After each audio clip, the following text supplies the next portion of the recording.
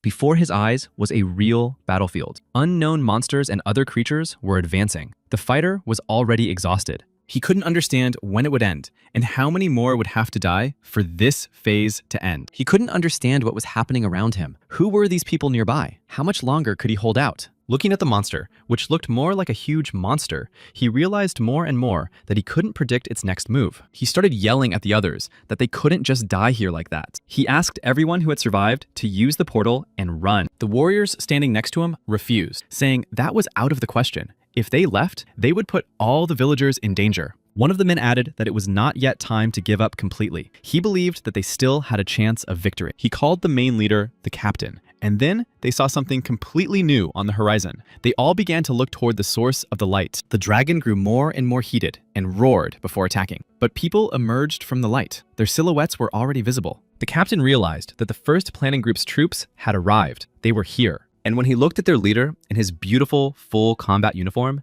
he was simply stunned. The leader ordered his team to follow him forward. The battle began. He looked like a determined and confident warrior. After just 30 seconds of battle, the first phase was completely cleared. Another minute and 45 seconds later, they cleared the second phase. Their strength, experience, and power were unmatched. 4 minutes and 18 seconds after the start of the battle, the third phase was also cleared. And then, the boss's transformation phase began. All the warriors, including those who had arrived from the first planning group, were stunned by what they saw. The hero looked straight into the monster's face and thought only that he was ready to accept his punishment. The notification system announced to the players that Khan was activating Berserk. The dragon began to glow from within, its mouth open. A warrior from the first planning group stepped forward, leaving ruins of stones behind him. He shouted that everyone should step back. Only Tanker was to engage in combat. The notification system announced that the user had used a skill in the game. And then, the dragon began to spew a huge blue stream of energy from its enormous mouth, like Sisyphus endlessly rolling a boulder to the very top of the mountains. After a while, the alert sounded again,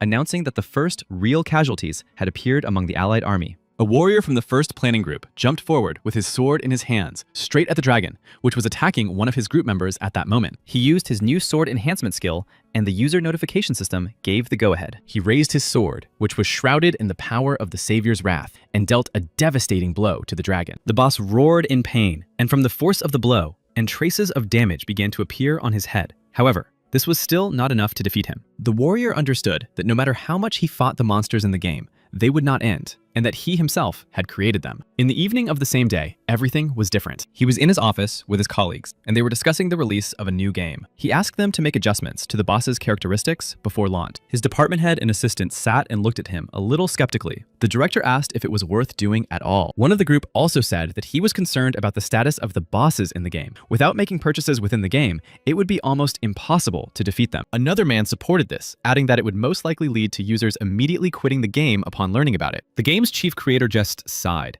and told the boss that the game, called New Fantasy, had been in development for many years. The boss smiled and said that there had been no release for about 5 years. He said that it would be released soon, and that they didn't have to bear all the costs for all this time. He added that the neighboring team in the game was living too lavishly, as their project had been successful for over 2 years. He asked if no one noticed this, and said that they should focus on what was really important right now. He started yelling at everyone that game users spend money when they simply lack something. This applied to skills or weapons. The guy started asking his team if they had joined the company not for self-fulfillment, and to achieve higher goals. He looked at them and motivated them in every way possible, saying that it was time to pull themselves together. His boss said it was time to call it a day. He asked the planning team leader to stay behind after the meeting for a moment. Everyone left the office and went home. The managers sat across from each other, and the company director turned to Sosa Hook with a serious look on his face. He said that the way he spoke to his subordinates was unacceptable, and that the future director could not say such things to them. He was angry with him. So Sahuk replied that there was nothing he could do about it, because nothing got through to these idiots in a nice way. He had to repeat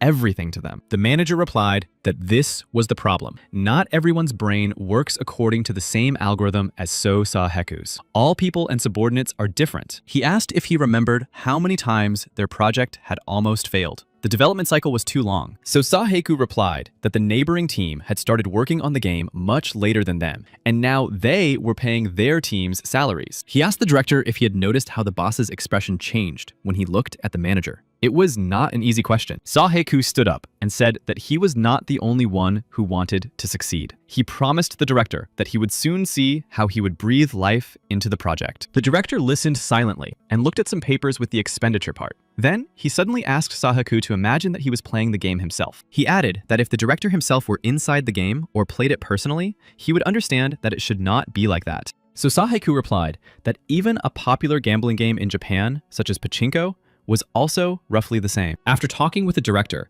Saheku returned to his work. He didn't even remember how long he had been sitting there. Liters of coffee and cola stood on his desk. Then a young girl's face appeared from behind his computer. She called Mr. Heku by name and smiled. So Saheku looked at her with a dissatisfied tone and asked what she wanted. She reminded him that she had heard him promise to pick up his daughter today. And then it dawned on him. He had really forgotten about his Haru because of work. It was already quite late. With a sigh, he took out his cell phone and started looking through all his missed messages and calls. He received several messages from the Sunshine Kindergarten, where his daughter was, saying that Haru was refusing to go home again. Her uncle ended up picking her up, but the girl was crying a lot. They asked him to pick her up himself. However, because of the meeting, he had only just seen this. So Sahuk knew that Juhook had probably already picked up his daughter from the kindergarten, so he decided to call him and clarify everything. Juhook answered the call fairly quickly. He said that it was no problem for him to pick up Haru from the kindergarten. He added that he thought Sahuk was busy, so he went to pick her up. The girl was crying. He said that she had been asking about her father and had thrown a tantrum there. However,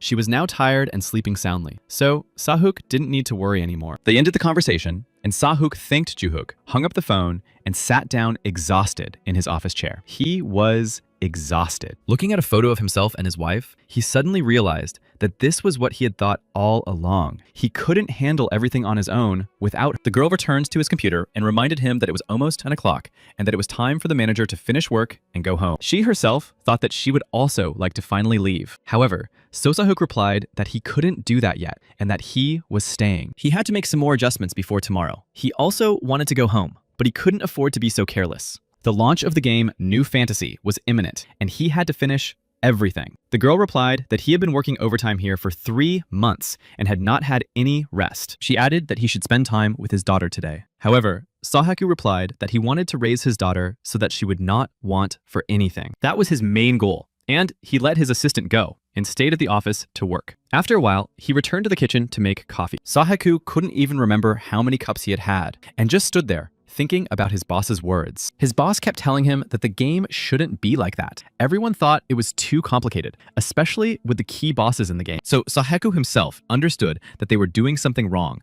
and that many adjustments and corrections needed to be made before the release. However, he knew for sure that the process of creating a successful game should not stop. He decided to return to his workplace as soon as possible. So Saheku was stressed and very tired and exhausted. He was ready to work and, if necessary, take responsibility for the failure. He understood that the philosophy of the game was something that people talked about when they went to school or competitions, or something that friends argued about among themselves. However, he did not know if this game could provide him and his daughter with money. Everyone romanticized this project so much that it made him sick. He considered it nonsense. So Sahuk drank coffee in the kitchen and thought about how, no matter what, he and his boss could not understand each other. He decided what he had to do. Someday, after success, everyone would still say thank you and be grateful for the work he had done. And then something suddenly changed around him. Lightning and sparks lit up in his eyes. His head was not thinking clearly, and so Sahuk decided that it was all due to fatigue and caffeine. He moved toward his office from the kitchen, but realized that his body refused to obey him. He was swaying from side to side. So Saheku could hardly see anything in front of him, and losing consciousness, dropped his coffee cup on the floor. He didn't know how long he was out of it. His hearing slowly returned, and he realized that it was too loud around him. So Saheku decided that he had fallen asleep right at work. Getting to his feet, but still not understanding what was going on around him, he decided it was time to quit caffeine. And then he opened his eyes and raised his head. Bright light hit his eyes, and the scene before him shocked him. He didn't understand where he was. There were some unfamiliar people standing nearby, and then he looked at his hands and saw strange clothes and gloves on his hands. Then the announcement system came on and welcomed all the participants to the testing ground, saying they were ready to see their talents. The system said that the participants would be able to gain new skills and strength here. Saheku stood there, shocked by what he saw and heard. He looked at the monitor, and then, after a couple of minutes, a huge dragon-like monster began to loom over all the participants. It was a certain Toisagak. The man began to ask a certain captain why this monster was so resilient. He said that if they didn't defeat it this time, it would be a failure. The monster was hardly tired, and they would not be able to get their class. For some, this was already their third attempt. They called the captain Mr. Aso and asked for help. The red-haired guy smiled and replied that they should not give up, because soon they would all defeat it and find a way to win. He paused. They all saw Sosaheku rush straight at Troisagak with a sword in his hands. They didn't understand why that guy was attacking the monster alone. Everyone started yelling at him that he was crazy and should stop. They believed that even with their combined efforts, it would be difficult to defeat this boss. So Saheku rushed forward, deciding that catching the monster would be a piece of cake. He had created it himself, so he was well aware of its fighting tactics. The transition exam was the very first stage of training in the game New Fantasy. He explained the importance of role-playing. If the tanker attracted the boss's attention, the dealer would be able to destroy the simple crystal system located on the monster's back. Saheku decided to attack. He saw that the monster had turned its attention to the other participants, and he had a chance. He swung his sword and struck the monster's back. However, things turned out a little differently than he had expected. So Saheku didn't understand what had happened. Someone had put up a shield in front of him. Then the captain's voice asked him why he was rushing ahead alone. He wanted to say that there were rules for the class change exam. After all, they had to deal with the boss together. However, Sosaheku didn't let him finish and started yelling at him to get out of the way. The captain said that he shouldn't be stubborn and that they still had to take care of the wounded. Sosaheku yelled at him that he was wasting time pushing him. The captain wouldn't let him go. Meanwhile, the monster was getting closer and closer to the two of them. So Saheku decided that he couldn't delay any longer and kicked the captain hard in the back. The captain jumped aside and fell to the ground from the blow. Lying on the ground, he angrily asked Sosaheku what he was doing and where he had come from. So Saheku just ran away in the other direction and shouted at him to hold his shield and distract Toisagaka. The captain replied that the guy was just a madman, but he deflected the beast's attacks with his shield as best he could. He reminded him that the monster did not respond to physical attacks. These words made Sosaheku, who was running with a sword in his hands, think. He remembered that the captain was actually right. He realized that all this time, they had been using the wrong tactics to win. So Saheku raised his sword. He swung and struck the monster. The blow landed directly on the crystals on its back. Toisagak began to lose its life force. All participants, including the captain himself, noticed on the game's notification system that the monster's health had decreased after the blow. So Saheku continued to strike Toisagak's back, reducing its strength. At some point, the beast fell to the ground and closed its eyes. It was unconscious. The captain stood with his mouth open in surprise. He did not expect this unfamiliar guy to be able to stun the beast. He did not know the correct tactics for attacking. He did not know that in order to defeat Taisagaka, he had to destroy the crystals on his back. Seeing that the monster was barely moving and unconscious, Sosaheku stood with his weapon in his hands and, having caught his breath, wanted to deliver the final blow. He decided that as soon as he finally defeated this monster, his dream would end and he would be able to return home. He swung his sword. However, immediately after the attack, he realized that his sword had simply bounced off the last crystal on Toisagaka's back. So Saheku didn't understand why this happened, and began to remember the days when they were developing the game. It was he who had suggested this move back then. Even during training, the boss's skills should be used, and when only one crystal remains, the real fun begins for the participants.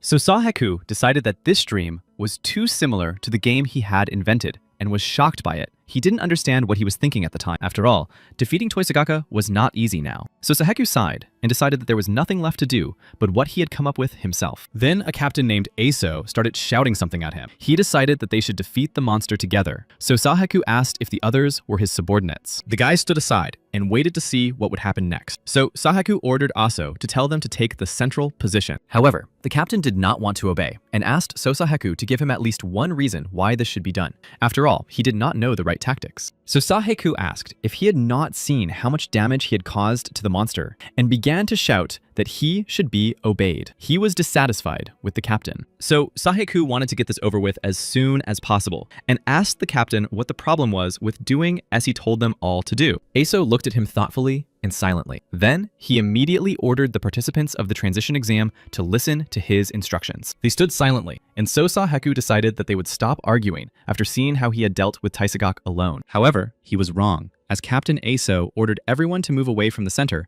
and run to the sides. He thought it was dangerous. So Saheku decided that he had misheard. However, he realized that Aso was ordering everyone to spread out and leave the center. Everything was not going according to plan. Aso said that the guy was willing to risk the lives of his teammates and that they couldn't trust him. He was talking about Saheku. He started yelling at them that they had seen him attack the monster and defeat it. So Sahuk tried to advise them to gather in the center. The guys looked at the two of them and didn't know who to listen to in the end. After all, both were saying different things. One of them agreed with Aso. He told the others that the captain was the most promising adventurer among the aristocrats, while the other guy had no manners. Aso ran ahead, shouting to everyone that they still had time and needed to prepare again to launch a new attack on Taisagaka. So Saheku was angry at everyone. He had planned to deal with the boss as soon as possible, but now his plans had been changed by the participants in the battle. His goal of escaping from this dream was shattered. He thought to himself that if he was left alone with the monster, he would have only one option. This thought made him break out in a cold sweat. Only he understood what he would have to do. The monster immediately woke up and looked straight at him. So Heiku stood nearby with a sword in his hand, realizing that this was it. He was completely ambushed. And then, in a second, Taisagak growled and began to open his huge, fanged mouth loudly.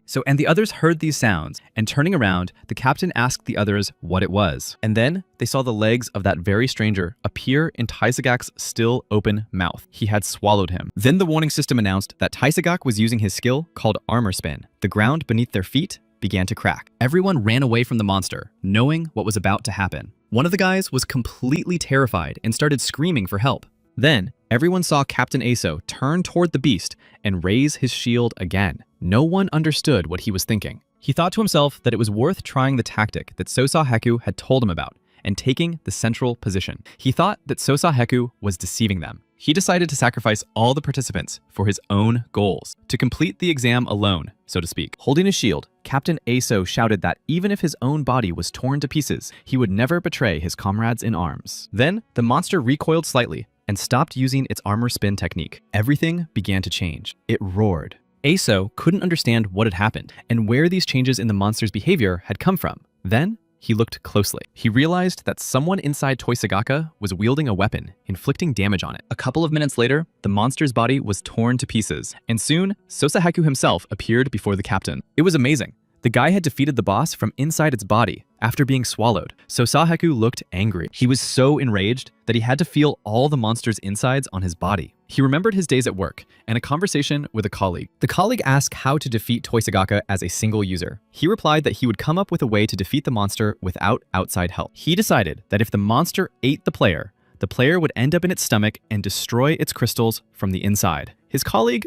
was a little skeptical. He said that the sight of organs might disgust some people. However, Sosaheku replied that it was just a game, and there was nothing wrong with that. And now, standing in gastric juice, Sosaheku knew how seriously he had been mistaken back then. One of the guys shouted enthusiastically that Aso had succeeded, and that he was a real hero. He even saved the guy who was swallowed by Toisagak. It's amazing. Aso was a little embarrassed and wanted to object, but he didn't. After all, he himself didn't really understand what had happened. So Saheku stood there and tried to clean himself up a little from the stomach mucus. Aso looked at him and couldn't understand who this guy was and how he knew about Toisagak. So Saheku still wanted to believe that he was asleep and that he would now level up in the game and wake up. The whole group of players, along with their captain, also knelt down at the class acquisition site. So Saheku just wanted to finish everything quickly so he could go home. He thought that since he had saved everyone and defeated the boss, he would receive a class to match, something like a paladin or a crusader. Finally, the winner was announced, and it was Aso, who was assigned the class of paladin.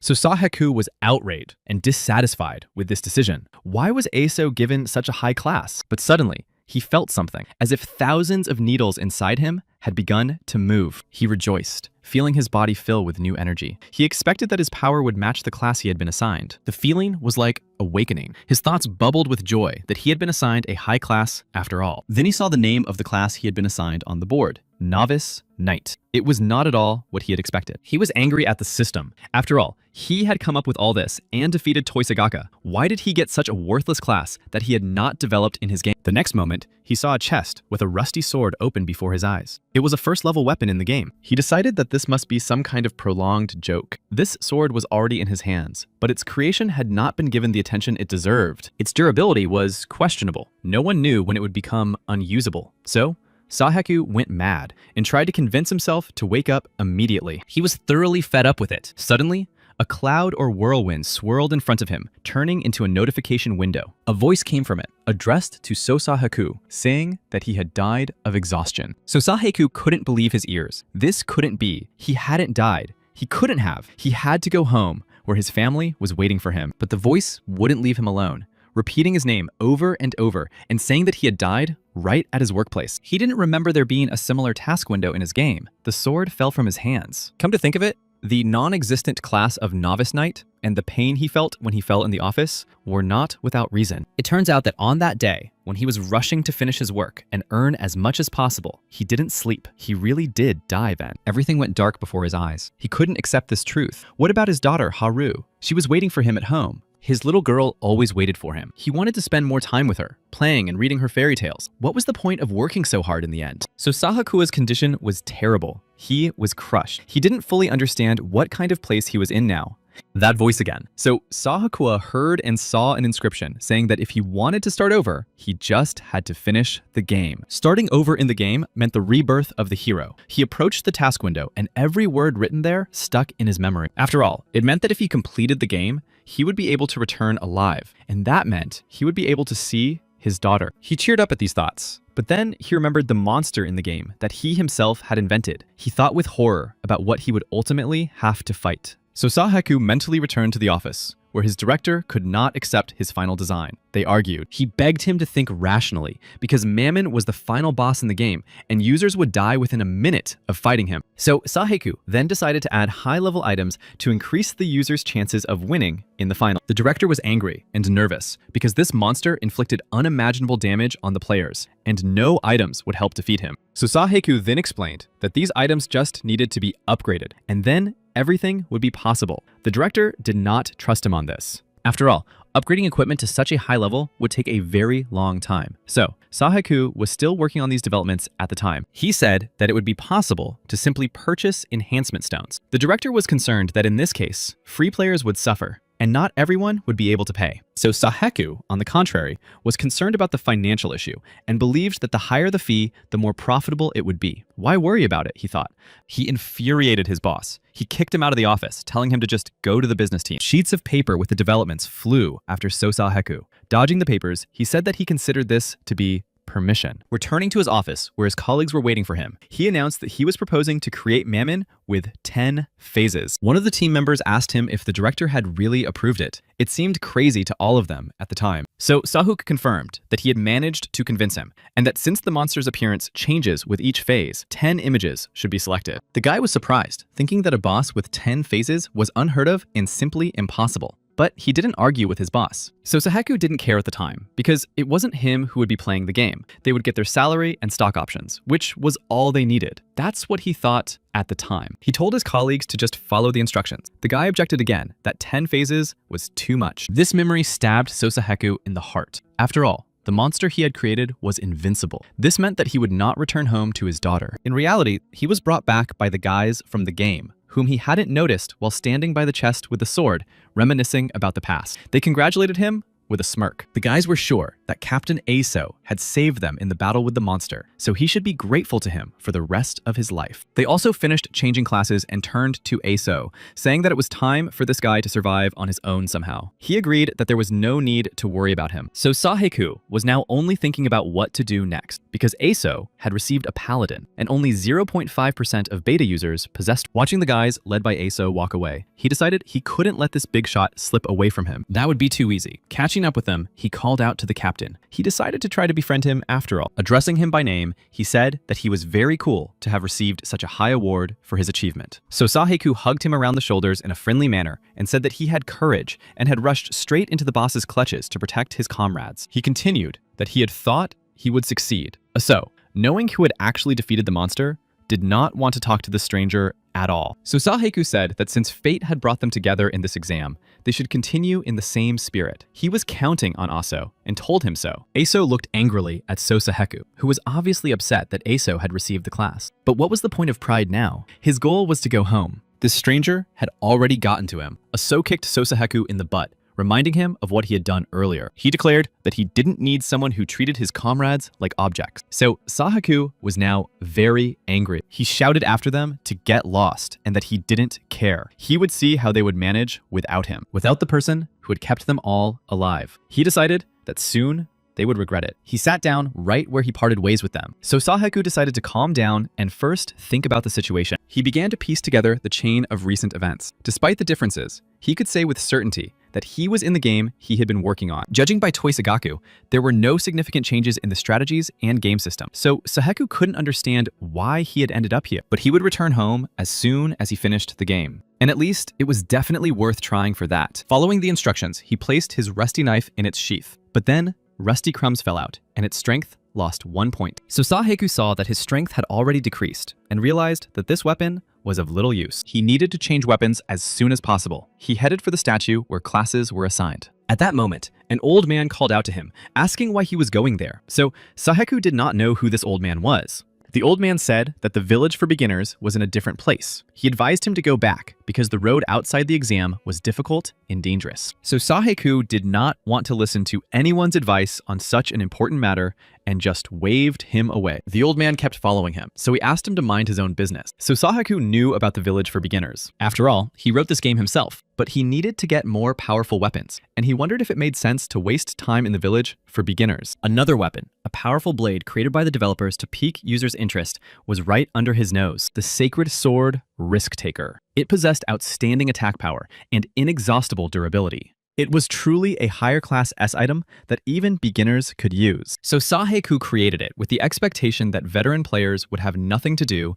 and would be able to find this sword. Now it would be useful to him, and it would be his. He knew where to look for it. The sword was located in an abandoned village that no one could find quickly. It was invisible to other players because of the cyclical eruptions of the volcano. So Sahaku moved towards the volcano. An hour later, he finally arrived. The village was located on a volcano called Sinif. It was a peaceful town with a small number of inhabitants. So Sahaku thought that if he could get his hands on some good weapons, he would be able to get rid of the class penalty. Then he would be able to hire good employees, or rather assemble a team and safely clear out the monsters, or rather achieve his goal. So Sahaku saw many others in the village who were working tirelessly on the beginner's course. But he did not intend to stay here for long. He decided to carry out a secret mission known only to him, which would instantly raise him to the very top of the pyramid. So Sahaku immediately decided to act. He ran down the village street to the house where the person he needed so much lived. He rushed past the beginners who were doing some kind of work on this course. A one-eyed girl looked after him in surprise. So Sahaku needed the house of the elder of the Gustav family. It was the heart of the village of Sinif. So Sahaku figured this out himself. Only he knew where the old man lived, from whom he could get the hidden quest. Not even the most avid players knew this. So Sahaku decided to take advantage of this now. The quest created by the developers and hidden in the village of Sinif was nothing more than the old man's protective ritual. According to the instructions, all he had to do was perform a small task for the old man and watch his protection ritual. Then, as a token of gratitude, he could receive the sacred blade from the priest. When he reached the old man's house, Sahaku began to call loudly for the elder to come out. Sahaku was ready to fulfill any of his requests. A young man who was in the house heard him being called. He froze in confusion, not understanding who wanted to see him. Bursting into the elder's room, Sahaku called out to the elder. Where did he go? He thought. He couldn't understand who this young man was. And the young man, in turn, came to his senses, widened his eyes, and asked the stranger who he was. So Sahaku asked him where the elder was, and the young man replied that he had already passed away. Heiku shouted in dissatisfaction. His cry raised flocks of birds from the roofs of the houses. Grabbing the young elder by the chest, he began to shake him, saying that everything was fine with him. It was unclear why he had died. The young man finally came to his senses and announced that he was now the elder of the village of Sinif. If Sahaku had any business, he could tell him. So Sahaku thought that since the old man had died, he had most likely passed on his duties to the young man before doing so. He was used to difficulties, and since this young man was the same elder, only younger, it would be even easier to persuade him to perform the ritual. He changed his tactics and asked for forgiveness for his terrible manners. More calmly and gently, he asked the elder if he could help him with anything. The young elder asked him to repeat himself, not understanding what he was talking about. He had no idea what Sahaku wanted from him. So Sahaku had to get a task from him at all costs. He thought there must be something, cleaning the graves, for example. He told the elder that he could help with anything, even if it meant dealing with the volcano dragon or helping with the protection ritual. There must be something the elder could ask of him. He was ready to do it. The young elder listened to So Saheku in surprise and finally calmly told him to go away. So Saheku roared at this response because his whole plan was falling apart before his eyes. The elder added that he had nothing to offer the stranger. He said sadly that no matter what So Saheku did, it would be of no use, so it would be better if he left. So Saheku did not give up. He even thought that the elder had gone mad, saying that there was not even a small job for him. He decided to repeat his offer to perform the elder's protective ritual. After all, it was important for the village to perform this ritual. They stood facing each other. The elder understood that So Saheku was right, so he did not deny it. He was on the right track, and So Saheku's inner voice told him that all that remained was to put pressure on the elder, and he already knew the strategy. So Saheku decided that he needed to be a little cunning. He told the young elder that he was actually acquainted with the previous elder. This greatly surprised the young elder. He had never seen the stranger before. Could he be telling the truth? So Sahyo was very convincing because he had to get what he wanted. So he asked the elder to trust him and do as he said. He thought to himself that it was almost true and that he was not lying to the elder because he had controlled the development of the game. He assured him that he could do it, even though he was young and inexperienced. So Saheku almost let slip about the tombstone. The young elder did not understand how this stranger knew everything about performing the protection ritual. He was not sure whether he should trust him. The elder was obliged to protect the village. He suddenly remembered that terrible scene from the past. The village was on fire. He understood that the dragon living in the volcano could incinerate the village and everyone who lived there again at any moment. The young elder could not allow this to happen, so he decided to use the services of this stranger. He had to take his word for it. He realized that he would have to borrow the power of another person. He finally made up his mind and introduced himself as Gustav Rhyme, the fourth elder of the village. He looked very seriously at the stranger and asked him to help with the protective ritual. He agreed to give So Saheku the task. So Saheku gladly agreed. Finally,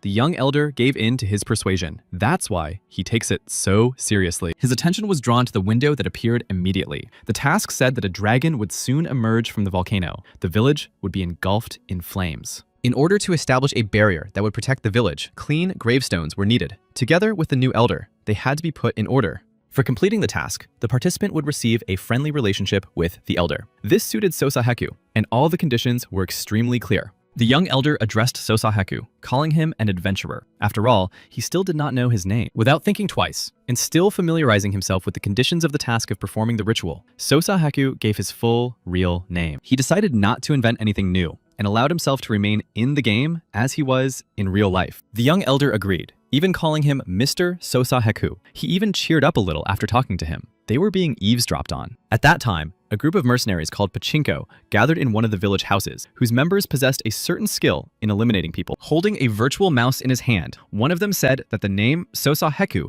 gave him an unpleasant feeling. They used the rat ear skill. It was an exclusive skill of the mercenary class. Cohen addressed the virtual mouse, calling her Nuna, and asked her a question. Could they just get the information and then eliminate the elder and the man? They were all members of the Pachinko gang. Chino, a girl with a striking appearance, joined the conversation and supported him. She asked Ferroni, another girl, how much longer they would have to wait there. It was the one-eyed girl who had been on the streets of the village when So Saheku was rushing to find the headman's house. She replied that it was not yet time. As soon as he appeared in the village, he immediately headed for that house. This aroused her suspicion, and it needed to be investigated. Ferroni asked them if they had ever seen a novice traveler just wandering around the village of Sinif. It was suspicious, to say the least. Why was he looking for the elder's house? She decided that he must know how to get hold of the sacred blaze. A plan formed in her mind. She saw no point in bothering to chase after some unknown So Saheku. She told everyone that they would just wait for him to find the weapon, and, when the time was right, simply steal the blade. So Saheku and the young elder were walking down the street. He asked him how long it would take to get to the tombstone. He replied that it was not far from the village. He added that they would soon be there. Everyone around them began to stare at the passing pair of young people. So Saheku couldn't help but notice this and decided that the atmosphere here was rather strange. The villagers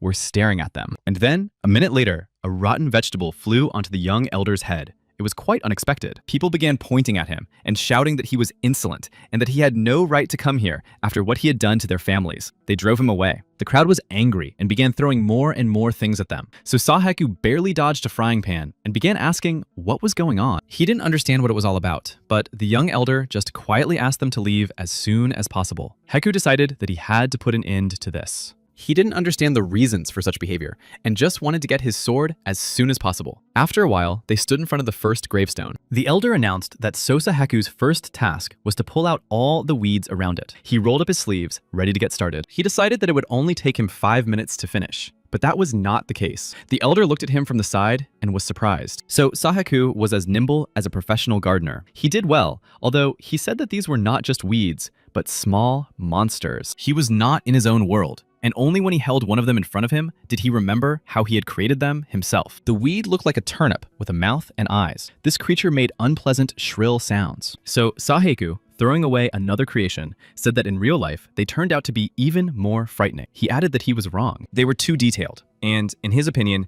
it was a waste of resources during development. The weed monsters, torn from the ground, began to stand on their stumps and scream. The young elder was even a little frightened by what was happening. An hour later, he declared that it was enough, and that thanks to his work, his grandfather would now sleep peacefully. The gravestone gleamed with cleanliness. Then, Sosahaku thought that now it was clear where this guy came from. The elder was his relative. Then he decided that there should have been 2 of them here. It turned out that another gravestone had been added to the 2 later. The real picture was now slightly different from the original data. It was a unique place for him. Here, the elder asked him to follow him, because there were 2 more gravestones ahead of them. So Sahaku agreed. He was a little tired of wandering around the game he had created with his own hands, but he wanted too much to return home to his daughter. He decided that this small innovation should not prevent him from fulfilling his personal mission. He decided that all he had to do was clear them of weeds. And then he saw the second gravestone and the huge monster, the king of weeds. It was as high as level 5 in strength, and Sosahaku looked at it in horror and realized that he had not created it. It looked terrifying. However, it was still not strong enough to destroy Sosahaku, and he decided that it was not so important. There was another problem for him. His sword and clothes were of such low level that he did not even know how to use them. In fact, he stood there with a rusty sword in his hands and looked at the huge, toothy weed monster. The monster was ready to repel attacks and roared ferociously. So Sahaku decided to take a chance and risk it. He knew that either the monster would fall first or his sword would shatter into pieces. He rushed straight at the monster and, shouting that this bush was in for a rough time, swung at it with his old and weak weapon. So Sahaku had a hard time in this fight, but after a while, the huge weed, more like a tree, fell down in front of the gravestone. So Sahaku also dropped his sword and fell exhausted to the ground, face up, trying to catch his breath. He thought about how he needed a secret sword, and then the notification system announced that his level had risen from 1 to 10, and all his characteristics had been updated. The elder was pleased. He approached and said that the gentleman had done an excellent job. So Sahaku replied with a sigh that they had to finish this before the sun went down. He was tired. He wondered why the young elder wasn't treating him, since his family, the Gustavs, were healers. They continued on their way.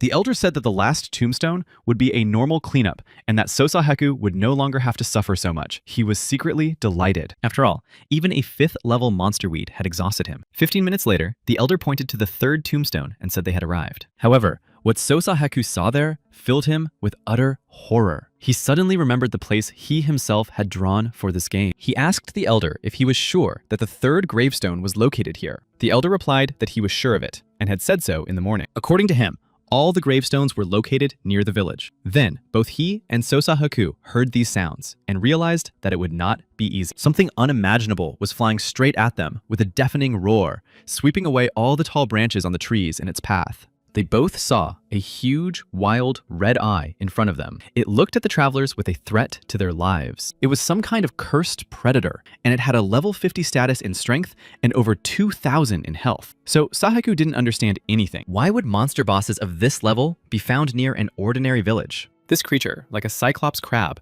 was moving straight towards them. The elder said that it was time for them to get out of there. This monster was too strong. They couldn't defeat it. But before he could finish, he noticed that Sosahaku was taking out his rusty sword. He was amazed by his master's determination. The elder wanted to ask Sosahaku what his plan was, but he had already decided that it was worth a try. After all, he was the one who had created this monster. He decided that he should be the one to destroy it. He looked at the elder and said that he would deal with the monster, and that the elder should keep control of his mana. He decided that he might need to heal him. However, the elder said that he would not allow this battle to take place, for it would be very dangerous. So Sahaku replied that everything was possible. The monster uses a paralyzing skill if you look into its eyes for more than 3 seconds. He asked if the elder knew why the field boss first immobilizes its opponent instead of attacking. The elder was silent. He did not know. So Saheku smiled and replied that it was because the cursed predator's attack speed was very slow. If you avoided its gaze, you would win. The elder trembled with fear. He understood that Sosaheku was referring to the monster's huge eye. He pointed at the monster. It had already crept closer to them and was about to attack. Sosaheku turned around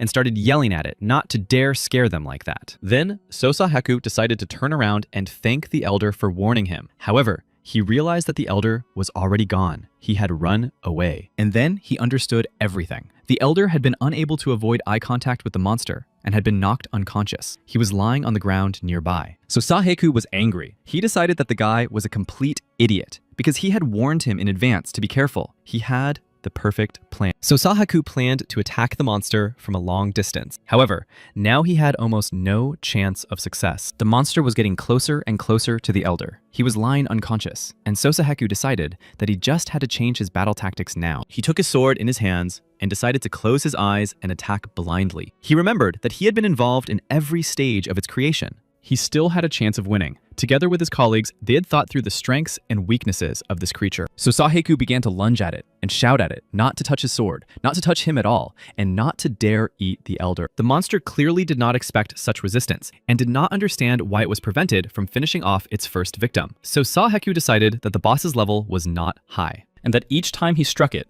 the attack was interrupted. He began to lose strength and health. He decided that the difference in strength was not an obstacle. He would be able to defeat the creature without receiving a single wound himself. He attacked and attacked the monster. He heard it losing its strength. So Saheku was already tired, but he decided that with a little more effort, he would defeat the creature. His health was already below 1,000. The notification system announced that he was swinging his sword and that its strength was decreasing with each swing. So Saheku was aware of this himself, but he calculated the monster's remaining health and realized that he had to hold out a little longer. 1 or 2 more strikes, and that would be it. And then he finally heard that the monster had only 1 unit of strength left. So Saheku opened one eye and decided to deliver the final blow. He planned to deal the final blow to the creature and thrust his sword forward. He understood clearly that there was only 1 blow left, but his sword was already broken. And then he did the almost impossible, and even thought to himself that the sword had a strong basic attack. He lay down on the ground and tried to catch his breath after the fight,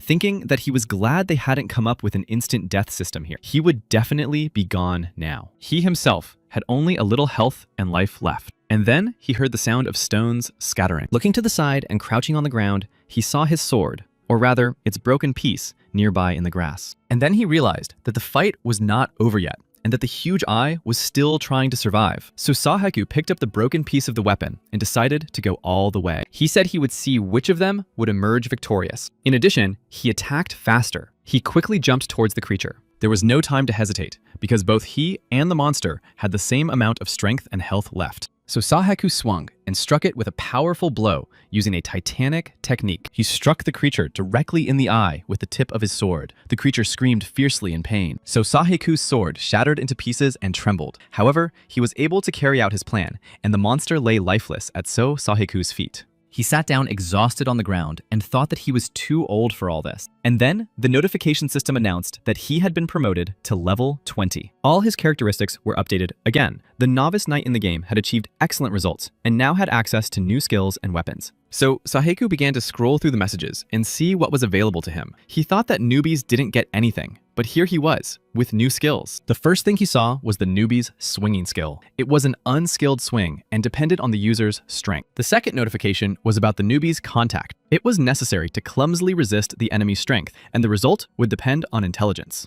The third message concerned the novice's evasion. If lucky, the user could avoid the enemy's attacks. It depended on speed. And then Saheku became irritated. He didn't understand what nonsense the game was offering him. He shouted that he didn't need such skills, even for free. Then he noticed another message from the system he had angered. It said that he would become stronger if he used them 100 times. So Saheku started shouting that he was an important character and that the system had no idea who it was dealing with. He was angry and shouted, but it just laughed at him and disappeared. So Sahaku only managed to tell her indignantly that she would dance for him later. He heard the voice of the elder. He woke up immediately after Sosahaku dealt with the monster. He asked him if he was all right and immediately noticed the lifeless body of the creature at Sosahaku's feet. He just glared at the young elder, thinking that he had only woken up at the end of the fight and had not helped him at all. He began to ask him how he had slept, and that he must have so much strength that he dreams of rafting down the river Styx. He just thanked him for his hard work, ignoring the taunts. He said that it was time to tidy up the third tombstone. These words brought Sosahek back to his senses. He looked at him and replied that the elder was right. He thought that the last step and ritual remained. He would finally receive his sacred sword, and the matter would be settled. He asked the elder for a rag to clean it.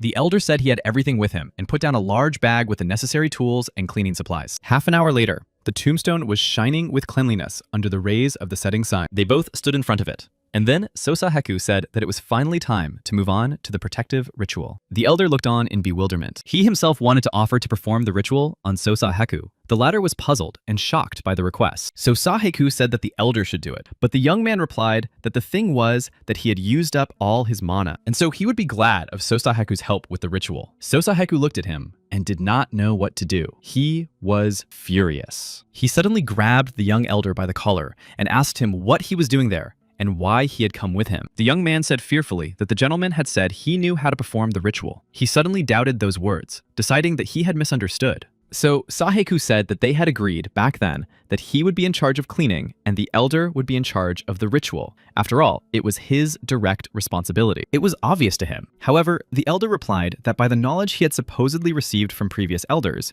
he meant cleaning. So Saheku was furious at what he heard. He asked why the guy hadn't told him about it right away, back then. After all, he thought the guy knew about the ritual. He couldn't understand how the elder could use all his mana and not have any knowledge of rituals. And then it dawned on him. He suddenly understood why the guy hadn't healed him in any of his battles with weeds. All his efforts seemed to have gone down the drain. He thought to himself that if he could see even a line of the elder's mana status, he would be able to understand what his problem was. And then he heard the notification system say that it had begun collecting and analyzing the interlocutor's data. This surprised Sosahaku.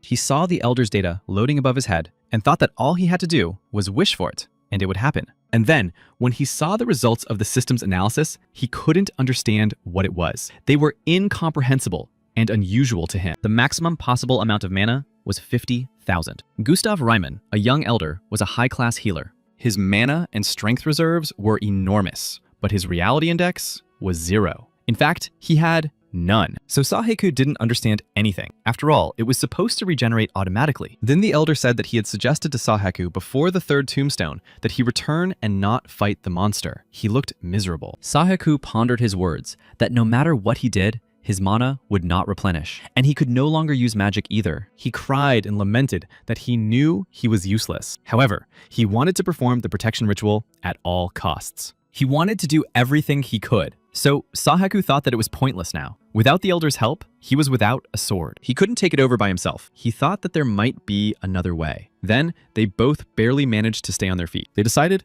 it was an earthquake. Looking at the volcano near the village, they saw smoke and ash rising above it. The young elder, Raymond, was terrified and said aloud that he did not want this at all. He started to run away, leaving Sosahaku behind. Sohaku shouted after him that he didn't understand where he was running to. He just thought to himself that the guy was strange, and he couldn't understand him at all. He sat in the tavern and thought about what to do next. Returning to the village of newcomers was not an option. Without a decent weapon, he would not be accepted into the team. Besides, he didn't want to leave Captain Aso's strong team. He had to get the sacred blade somehow, at any cost. The owner of the establishment was staring at him intently, so Saheku suddenly said Reima's name aloud. He said he wasn't hired to babysit him. The man heard this and suddenly recognized Sosaheku as the same fool who had been hanging around the young elder in the village recently. He came closer and splashed a cup of beer in his face. The man angrily began to chase Sosaheku out of his establishment and asked what he was doing there. He added that Reima's friends were not allowed in and asked him to get lost. Saheku stood up and asked what he had done, but he wanted to add one more thing, that it was actually he who had worked tirelessly to create this reality. But he said something else, that from now on, his actions would be self-defense. After a while, the man fell trembling at his feet. So Saheku asked if he finally respected him. The man trembled and agreed. although he was thinking that, if he had the chance, he would make this scoundrel pay for everything. So Saheku sat down in front of him and asked, why did all the villagers want to overthrow Ryemani so desperately? He didn't understand what the problem was and why they were throwing tomatoes at him. The man cleared his throat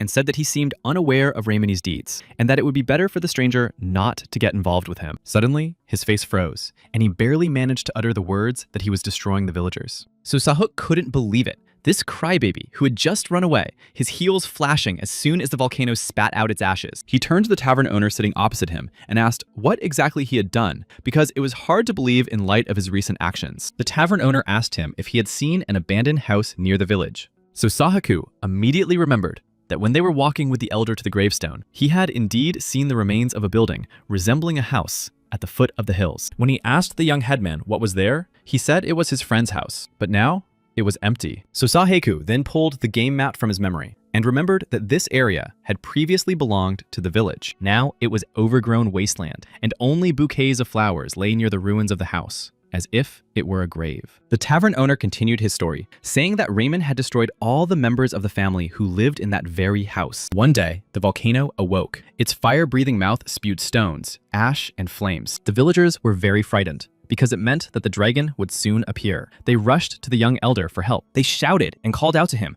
demanding that he quickly begin the ritual and protect them. Everyone rushed to the tombstone to perform the ritual. However, after trying, the elder realized that he could not do anything. He sat there on his knees and kept saying that he did not have enough mana. The tavern owner personally begged him to do something, because the dragon was already right in front of them. The village was in grave danger. Raymond could do nothing. Tears streamed from his eyes as he asked himself why nothing was working. Suddenly, the earth shook throughout the entire area. The sky lit up with flashes of fire. Rocks and sparks rained down on the village. When the tavern owner looked up, a fire-breathing monster dragon was circling in the sky directly above them. Raymond screamed in horror that this couldn't be happening. He didn't know how to complete the protective ritual and save the village. When the tavern owner saw the dragon, his first thought was for the little girl. He shouted her name, Ellen. His cry echoed somewhere high above. She was a kind-hearted child. She took care of her elderly grandfather. She was in the meadow near the house when the dragon saw her and swallowed her whole. That day, the tavern owner lost his neighbors and the girl who was like a daughter to him. Raymond did not explain why he could not use mana. The blood of the elder flowed through his veins, but he had undermined the trust of the villagers. So Saheku just sighed.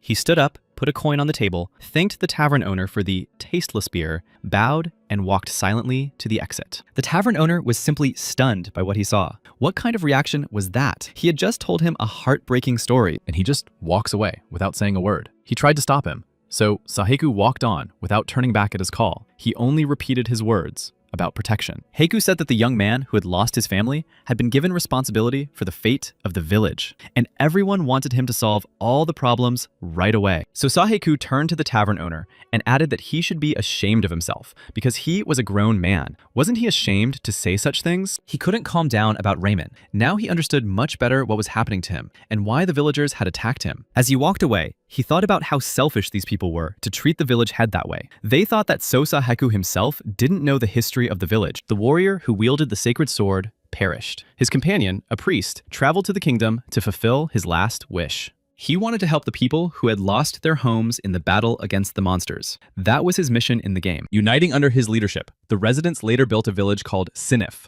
However, peace did not reign there for long. The dragon Freyed, who had been sleeping on the mountain, awoke from his slumber. In a single morning, he turned the fertile land into a volcano. He attacked the peaceful inhabitants of the village. Then, the defense of the village fell on the shoulders of the descendants of the priest of the Gustav family, on the ancestor of that very young priest, Raymond. The ancient ancestor and founder of the village of Sinif knew that one day the dragon would awaken, so he left a protective tombstone to save the inhabitants. But its creation took too much energy from the spellcaster and affected the length of his own life. That was the price. Knowing this, the Gustav family still sacrificed themselves to protect the small population at that time. After performing the protective ritual, the residents were saved, and the ancestor gave the people a peaceful sky above the earth. But everyone completely forgot about this. So Saheku remembered how vegetables were thrown at Rayma in the square. In any case, it seemed he knew the answer. The reason why Rayma's mana was not recovering lay in psychological trauma. Depression is not uncommon among newcomers who have experienced severe shock. So Saheku decided that this was his specialty. He decided to heal Rayma's wounded soul and ran from the tavern towards the young priest's house. So Saheku burst into the headman's house. From the doorway, he shouted that it was time for special training. But he wasn't there. He didn't know where he had gone. At that moment, Cohen, carrying a bag that kept flapping on his shoulder, thought that although it was small, it was still heavy. The other members of the mercenary group were waiting at the entrance to the tomb with a sacred sword. Cohen threw the bag on the ground. When they opened it, they saw that he had brought the young village headman. Cohen said that they weren't thrilled about this plan either, but they needed the sword. Raymond was confused about who they were and how they dared to kidnap someone, but he couldn't run away. He was tied up. Parfioni leaned toward him and said that they had overheard his recent conversation with a stranger about how he could activate the protective tombstone. They wanted to get the sacred sword. Raymond cried out in fear that he didn't understand what sword they were talking about. He knew nothing about it. The girl didn't like his answer at all. She called Cohen over, and another girl named Chino. She added that the young elder would soon become more talkative. Cohen twisted him so that he screamed. The one-eyed girl said that they had seen his status, so they knew that he had no mana left and most likely would not be able to resist them. Chino approached him with a syringe filled with some kind of liquid, promising that just one injection would give even a 70-year-old grandfather wings. The girl looked a little crazy. She raised the syringe with the medicine and smiled. She said they were doing this because they wanted to get their hands on the sword, but they were also thinking of him because he would protect the village. Cohen held him tightly and assured him that Nuna's skills in mixing poisons were simply masterful. He added with a smile that the only downside to such an injection was that the elder would most likely become a fool after the injection. Raymond did not want to become a different person and a fool. His lips trembled and his whole body was covered in sweat. He tried to break free from Cohen's grip, demanding that they stop immediately and let him go because he was the village elder, but it was impossible. Cohen held him even tighter and ordered him to stand still and not argue with them. Then they all heard someone's voice, ordering all the gang members not to move. They turned around and saw the stranger. As soon as Saheku didn't find him at home, he immediately guessed that something had happened to him. He followed their trail to look for him. Seeing the whole company and Raymond, he jokingly said that he thought Raymond was practicing and wanted to praise him, but he had managed to get himself into trouble. Raymond saw hope. Since the master was here, he would save him. So Saheku assessed the odds, called everyone thieves, and suggested they talk it out. Chino, who had the syringe with the solution, turned to Pharaoh and asked what they should do. She saw that the stranger understood the situation correctly. Pharaoh didn't understand why Chino was so afraid of the traveler, since he had nothing but a broken weapon. They decided to deal with him quickly. With a cry, they pounced on Saheku. Pharaoh thought that their opponent was a low-level adventurer. They knew that they were 40 times stronger than him, so they decided that they couldn't lose to him. They needed to check his stats. Cohen pulled a weapon from behind his back and, lunging at Saheku,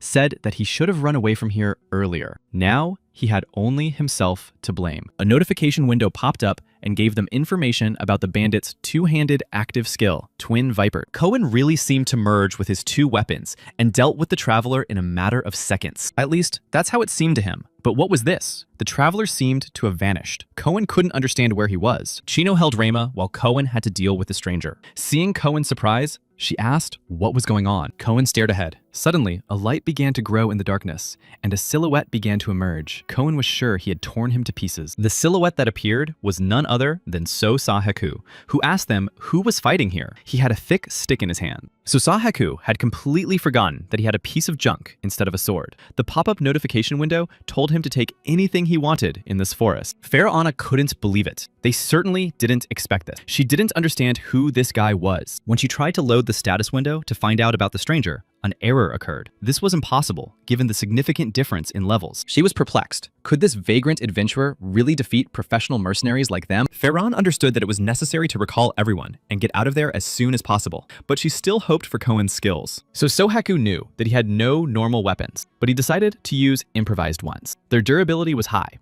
and so was their attack power. He picked it up in the forest and decided to use a log. He looked at Cohen and said that they could continue their duel. Cohen looked at Saheku in bewilderment and did not understand what to expect from this madman. He decided to attack first and ran towards him. So Saheku, then, from above, he deftly dodged his enemy's attacks. He counted his blows and calculated his tactics. He struck once on the left, then twice in a row on the right, which was too easy and predictable for Sosaheku. Usually, game development companies are always short-staffed, and managers have a lot of work on their shoulders. This meant only one thing, that the entire process of coming up with the game mode for player confrontation was planned by Sosaheku himself. And now, he knew all of his opponent's moves in advance. The blonde girl started yelling at Koen to finish it. She couldn't see Heku's status. She added that this guy was probably too much for them to handle. They should forget about the sacred sword and retreat before it was too late. The second girl was surprised that Furoni was suggesting surrender. It wasn't like her at all. She was still holding the young priest by the hair. Koen thought to himself that he had made a mistake in the fight with the stranger, and that he should have checked his status and strength first. He still didn't know exactly what to do.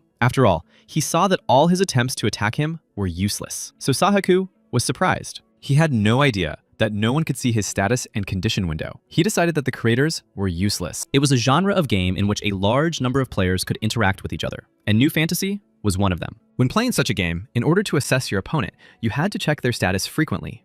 There were only two reasons why this was impossible. The first was if the opponent's level was much higher than the second, or your own. The second was if the opponent had never checked the status window before. Therefore, it was impossible to load this information later in battle. So Sosaheku declared that it was too late for them to run away from him. He understood that they would all have a hard time now. His opponent stood and watched as the knights rushed towards them, determined to protect the tomb at any cost. One of them ordered the others to immediately expel the enemies from their village. Furoni cried out in surprise, not understanding how they had found out about them. She promised to return and get even with Sosaheku. They rushed to flee from the tomb, and the knights shouted at them to stop. Sosaheku only thought cunningly that they believed they could defeat him, but he was able to outwit them all. After all, it was a reason for expulsion. In such battles between game users, there were certain rules, and they had broken them. He glanced at the young priest. He was sitting on the ground, doomed and suffering. Sosaheku asked if he was all right. Raymond rushed to him with tears in his eyes. He confessed to the master that he was incredibly scared. Sosaheku took pity on him and suddenly picked up the syringe, saying that those people had dropped it there. He smiled slyly and asked if he should give the priest an injection after all. Raymond begged him not to do it, and confessed that he had even drunk the potion. He hoped it would help him regain his mana. However, there was no result. He was in despair. So Sosaheku said he was just joking. He reached out his hand and helped him to his feet. Remen continued to thank Sosaheku for saving him, with tears in his eyes, and said he had despaired. He thought that the master had already left his village and moved on. And then he saw something familiar in Sasahuk's hands. Sasahuk said, handing the fragments to Raymond, that he had found them in the backyard of his house. The priest carefully took the wooden fragments from his hands. He told Raymond that it had been broken into several pieces. Sahaku could not find the young priest in the house, and kept calling for him to come out. Then he suddenly noticed something wooden and unusual nearby in the backyard. He looked at the object, coming closer to it, and suddenly realized that it most resembled a staff. He told Raymond that if the staff was broken, all that would remain was to practice his skills. Then the priest's mana reserves would begin to grow again. Looking at the broken pieces of wood, he replied that he was a failure. He considered himself probably the only healer unable to control his mana. He added that his body was so exhausted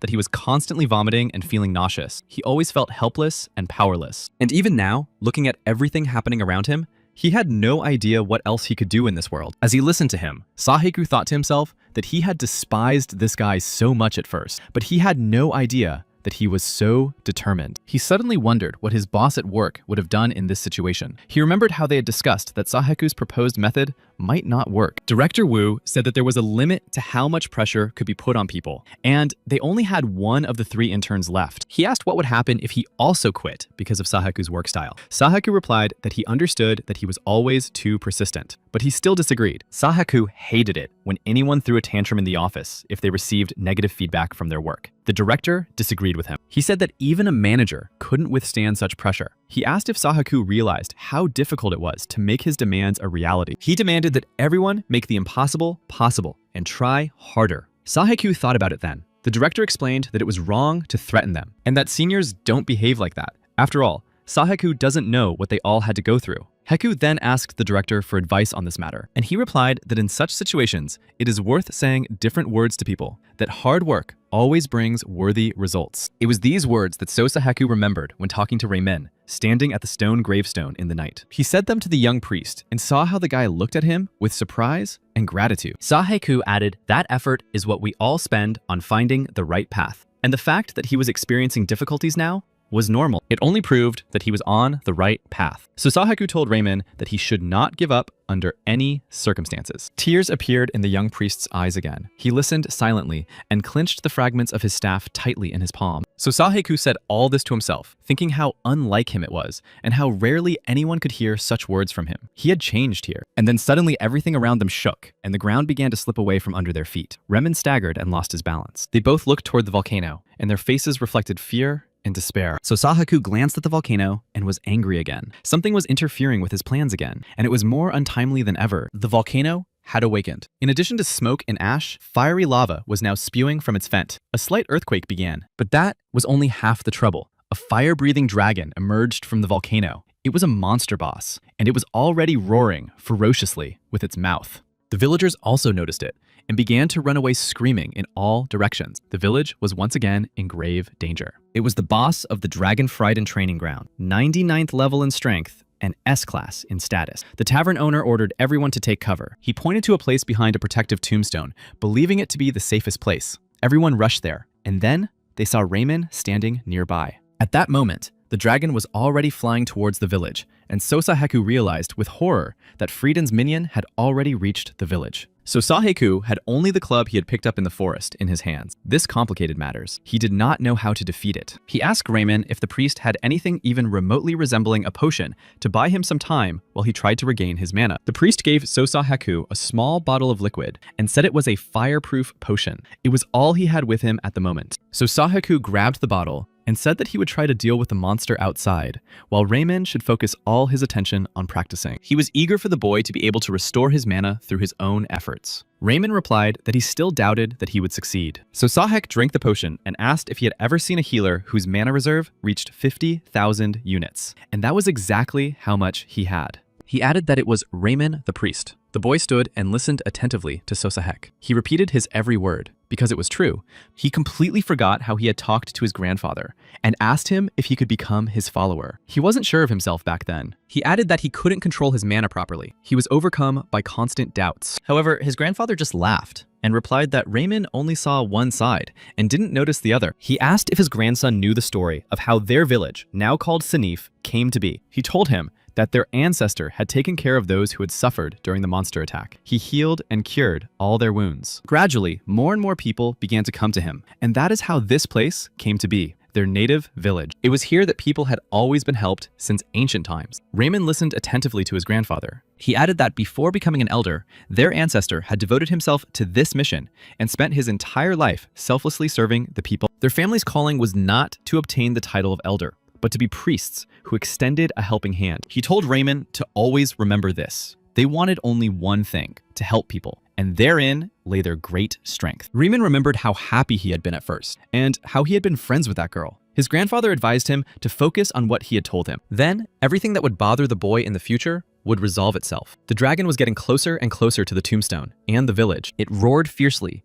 and began to breathe fire. So Saheku was unharmed and realized that the fire potion he had taken from Ramini was working well. It was quite effective against the dragon's attacks. The dragon began to attack Sosaheku more and more often. He called on Raymond to gather his thoughts and come up with something with his mana before the dragon finally defeated Sosaheku. He gathered himself and tried to strike back at the dragon monster with a sharp throw. So Saheku knew that he could not win alone. He shouted to Raymond that only he could handle all this, whether he wanted to or not. He believed in the young priest and prayed for him. In turn, Raymond stretched out his palms toward his ancestor's tombstone and also began to call on all the gods for help. He thought to himself that he was constantly haunted by reminders that he had to do his part. His father had simply run away, and he had to inherit his grandfather's place and role early. Thoughts of this clouded his mind, and he completely forgot what was really important. After all, his grandfather had told him that he should simply strive sincerely to help people. Raymond remembered this today and understood everything. He decided that now he knew exactly what his grandfather had meant when he spoke to him back then. He turned to the gravestone again. He said aloud that his name was Gustav Raymond. He was the fourth priest of the Gustav family, And above all, he was the one who brought benefit to people in the name of light. Tears appeared in his eyes,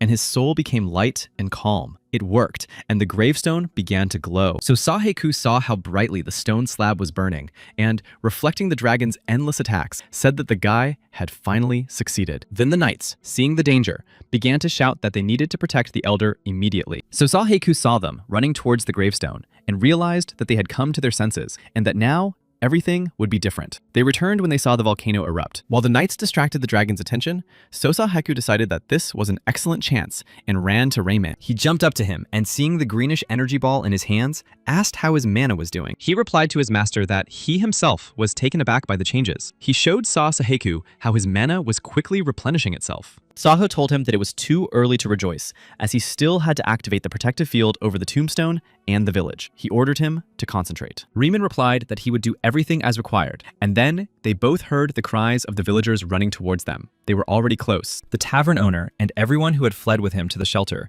appeared from behind the trees. They were surprised to see who was there. The tavern owner looked at Riemann and stood silently, not knowing what to say or do. The priest was frightened. The man said he was glad that Riemann had come to their aid. He knew he was somewhat to blame for this young priest. A little earlier, Saheku had come to his tavern with a bag in his hands. The tavern owner was surprised by the guest. He threw the bag into his hands and said that it contained Raymond's staff. He added that it fell apart into small pieces every time Raymond tried to use his mana. At first, the tavern owner did not understand what all this talk was about, so Saheku asked him to open the bag and look inside. He told the man that the young priest should have lost his faith long ago, but he continued to move toward his goal every time. As he left, Saheku asked the tavern owner to look closely at what had happened to him. He said that Raymond was going to activate the tombstone. In doing so, he would surely lose almost all the years of his life. The man asked what Saheku was talking about. He did not know what it meant to activate an ancestor's tombstone. So Saheku turned around and replied that the protective tombstone would be opened in exchange for the spellcaster's life. He asked if the villagers had never heard of this and didn't know the outcome. The man stood there pensively,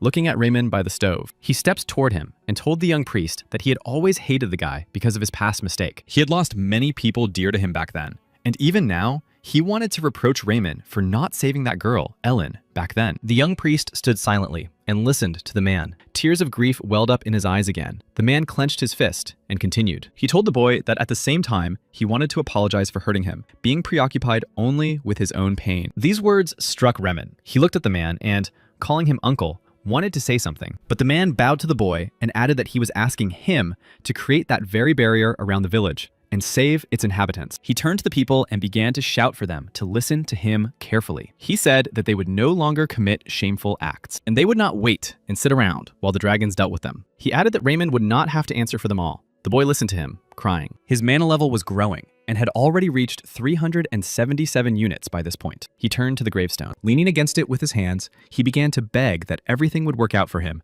and that he would be able to save everyone and put up a protective barrier. He began to say that this time, he had to protect the village from Friday. His mana exceeded 500 units, and the dragon was already approaching the village. It roared fiercely, and all the inhabitants were in a panic. All hope rested on the young priest. In addition to the monster boss, other dragons were flying towards them. They began to throw fireballs. Almost the entire village was engulfed in flames and fires. So Saheku understood that Friday had indeed awakened to attack Raymond himself. That was his true goal. He decided that now he had no choice but to try to suppress his aggression. Then, the tavern owner began to shout and curse the dragon. He called him a cursed lizard and said that if he had decided to wipe their village off the face of the earth, he should first deal with him personally. So Saheku was shocked by this turn of events. The dragon lunged at him. Saheku started yelling at the man that he was crazy and wanted to die in vain. The man only replied that he should let him go and that he had to buy time for Raymond. The dragon was very close and began to throw fireballs at them. Then the warning system announced that a skill had been activated. It was the novice's dodge. Raymond began to shout at Saheku, seeing what was happening.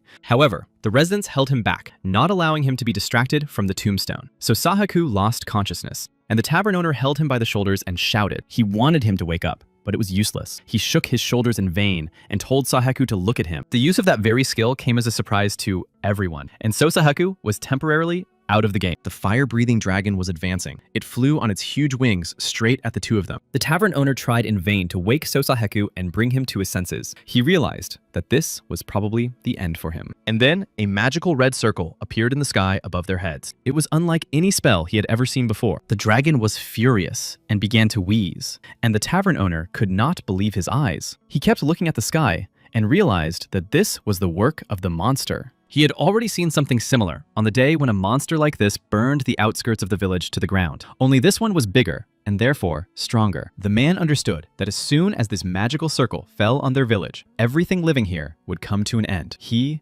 was terrified. The villagers scattered in all directions. They screamed. Everything was burning and blazing with tongues of flame. Raymond also looked up. He saw what was happening and panicked. Then he remembered the words of Sosaheku, who had told him that Friday was gradually developing his skills. They were moving from one-off attacks to mass destruction. The last assault was a year ago, and everyone remembered it. So now it meant that his actions this time would affect the entire village, not just the outskirts. He said that Raymond had to save everyone and prevent possible damage. The young elder remembered last year again, and that very girl, Ellen, who had died with her family. He couldn't let that happen now. His mana level had finally reached 50,000 units. He was ready for anything. He decided that today, he would save everyone and not let a single resident die. His hands touched the tombstone again, and everyone standing next to him saw something impossible begin to happen. Everything was illuminated with light. They began to shout to each other so that everyone could see what Raymond was doing. But then, large cracks formed on the protective tombstone. Without removing his palms, Raymond thought only that he wanted to apologize to the villagers once more. He was able to break the stone slab with his mana, and a notification window appeared in front of him. It said that the Elder's tombstone was requesting all of his infinite mana. This shocked Raymond. He didn't understand why this was happening and why he had to give up all the mana he had spent so long restoring. However, the notification system said that he had to agree to this if he wanted to create a protective barrier. Raymond looked sadly at his palms once more, thinking about what he was about to lose. He clenched his fists one last time, wanting to feel the power and energy, and then he understood everything. He smiled and decided that this was exactly what his grandfather wanted from him. He would help all people today. The notification system announced that the contract had been concluded, and at that very moment, the tombstone glowed with even more light and energy. Raymond stood nearby and watched the tombstone change. Magical balls began to appear from its depths. They turned into a single huge green dome that rose higher and higher into the sky. The flames and fire bursting from the dragon's mouths collided with the protective barrier that the priest had been able to put up over the village. No matter how hard the monsters tried to break through, it was all in vain. The dome began to transform into a huge gray-haired man. He dealt with the flame, and all the villagers shouted that a huge mirage was hanging over the village. He smashed the monster's meteorites into small pieces, and everyone realized that it was Raymond who had done it. The young boy also looked in amazement at the huge mirage he had been able to summon to his aid. He remembered his grandfather's words again.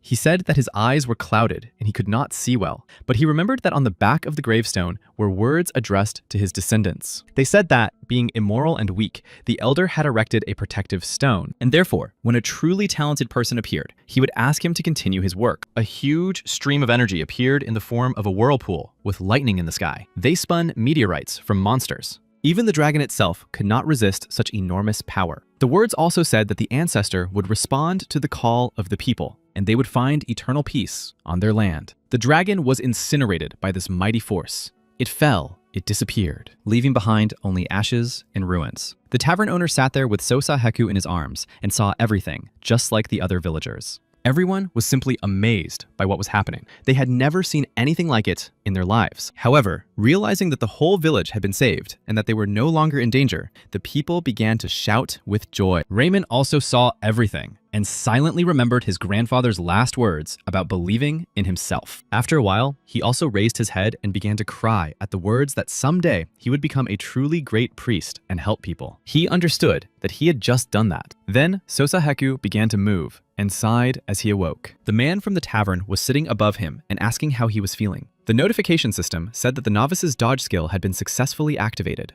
Sosaheku, not yet realizing how it all happened to him, understood from the faces of those around him and the rest that Raymond had succeeded. The boss of the Friday field was amazed. No rewards were given because damage data was detected. Everyone asked Raymond what that huge spirit above the village was. No one knew that such a powerful force was contained in the tombstone. The elder replied that it was most likely an ancient spell. It had been deliberately left by the first elder to defeat Friday. And then he noticed the spirit's gaze on him. Raymond looked up with a questioning expression on his face. He felt as if their eyes had met, and in the next moment, the spirit began to slowly dissolve into the air, leaving no trace of itself. Only a memory remained. The villagers thanked Raymond, saying that he had done a great job. The tavern owner added that he was very sorry that they had accepted his sacrifice. And as a matter of course, Raymond replied that everything was fine and that he was also very sorry. He understood how much he had hurt the feelings of others. He added that from now on, in memory of Ellen and the others who had died, he would become the priest they would be proud of. He then declared that the time had come to dig up the elder's grave. This shocked those around him. Everyone began to ask what he meant. However, he replied that he would explain later. Everyone set to work and picked up their shovels. After a while, they dug up a huge sacred sword wrapped in cloth. It had been lying there for a long time. One of the knights asked the elder if this was the warrior's sword that had been passed down from generation to generation, and if he was sure it should be given away. At first, the residents did not agree that the sacred blade should be entrusted to a stranger. However, Raymond replied that priests did not need swords at all. Nevertheless, he understood why the former elder had kept and guarded it. It was not in vain, for he knew that a new hero would appear to save the village when it was in grave danger. And he was talking about So-Sa-Heku. He took the sword and brought it to him with words of gratitude. Raymond added that he was obliged to accept this blade as a gift from the villagers, and that it was only thanks to him that he was able to replenish his mana reserves and save everyone from the monster attack. He thanked So-Sa-Heku from the bottom of his heart. So-Sa-Heku just bowed silently and smiled. He was grateful and happy to finally receive his cherished sword. He took it by the hilt with his hand, as if to make sure that he now had a stronger weapon. Raymond stood proudly before him. So-Sa-Heku raised it high so that its blade shone, as if proclaiming its power. He accepted the gift from the villagers. It was the sacred sword of the S-class risk taker. Its characteristics indicated that its durability was infinite. It dealt half physical damage. This was great because this damage would be enough for So-Sa-Heku to fight boss monster. He thought that Haru just needed to wait a little longer. In the task window that appeared, he read that the elder's protective ritual, whose sole purpose was to clean the gravestones, had been completed. Clean gravestones were required to protect the village. At the end of the entry, a stamp now glowed, indicating that the task had been completed. Everything that had been destroyed needed to be put in order, and So-Sa-Heku stayed to help the villagers. They all participated in clearing the rubble and restoring the buildings. It required a lot of effort and time, but they managed to do it. So-Sa-Heku was tired, but he was glad that one task was behind him. He could move on. Now he had to recruit subordinates, or, to be more precise, assemble a team, as is customary in games. But as soon as he set off, the elder caught up with him on a cart and called out to him. So-Sa-Heku did not want him to accompany him because he had a lot of work to do. The young elder, addressing Mr. So,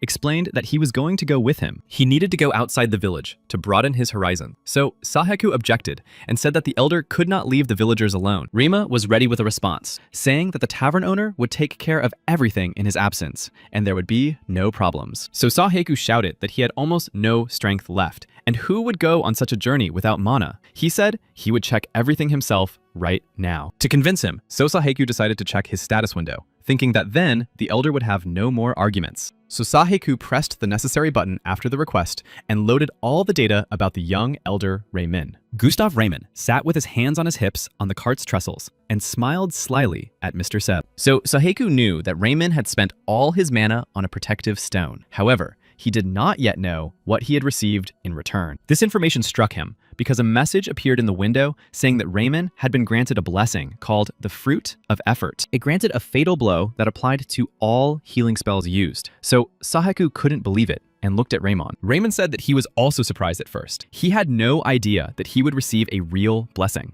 Perhaps the previous elder had granted it to him. The young elder told Mr. So that he still had 5,000 mana points left. With a smile on his face, he asked Mr. So if he would now accept him into his company and allow him to join the team. Mr. So's stubbornness was broken, and he congratulated Raymond on joining the ranks of his subordinates. So Sa-Heku added that he should not count on a salary, as he would not be with them on their travels. He climbed into the cart with Raymond, who asked Mr. So where they were headed now. He thought they should go to the crowded capital. So Sa-Heku objected and said that they would go to a village where there were workers. The elder asked him in surprise, what kind of worker? The master confirmed that they needed a tank. This is a player who distracts the enemy's attention to himself in order to organize a raid. Raymond understood everything. He was a priest, and the gentleman was a damage dealer who inflicted the main damage on enemies. He thought that only a tank was missing, and then Raymond shouted loudly from an unexpected jolt. The horse was so frightened that it jerked and reared up. It seemed that they had run into a large rock or tree.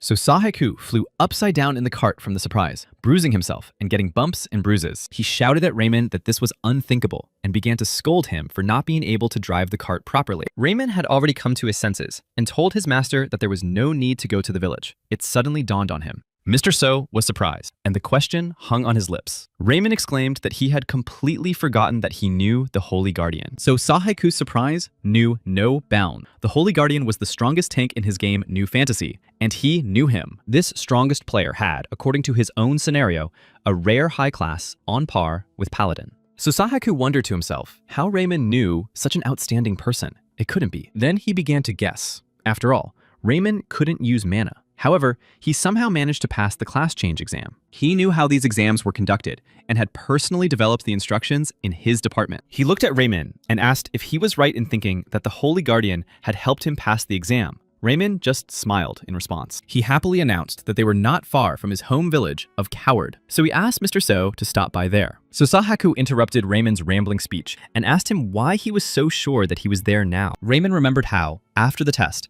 the Guardian himself had told him that he was going there. And what did they have to lose? He said they should go and try to find him. So Saheku sat down at the task window to look at his current stats. He couldn't understand what had happened to his abilities. He tried to calculate his capabilities during combat because they were not infinite. The window did not provide any information about So Saheku's status. The system was blocked by the administrator. This shitty game angered Heku. Raymond distracted him again. He called out to the gentleman and decided to ask him why he had suddenly become an adventurer. So Saheku was surprised at Raymond's curiosity. Raymond replied that he had simply never heard his story. He added that he had been watching Mr. So and that for some reason, it seemed to him that he was in a great hurry to get somewhere. So Saheku thought for a moment. It seemed that he was far away from here now. He remembered his little daughter. In his memories of her, she reached out to him with her little hand, grabbing his finger with her palm. And then he imagined how they ran hand in hand along the path in the park. Haru laughed. She was happy. His thoughtfulness did not go away. He became very sad. Finally, he replied to Raymond that he lived far away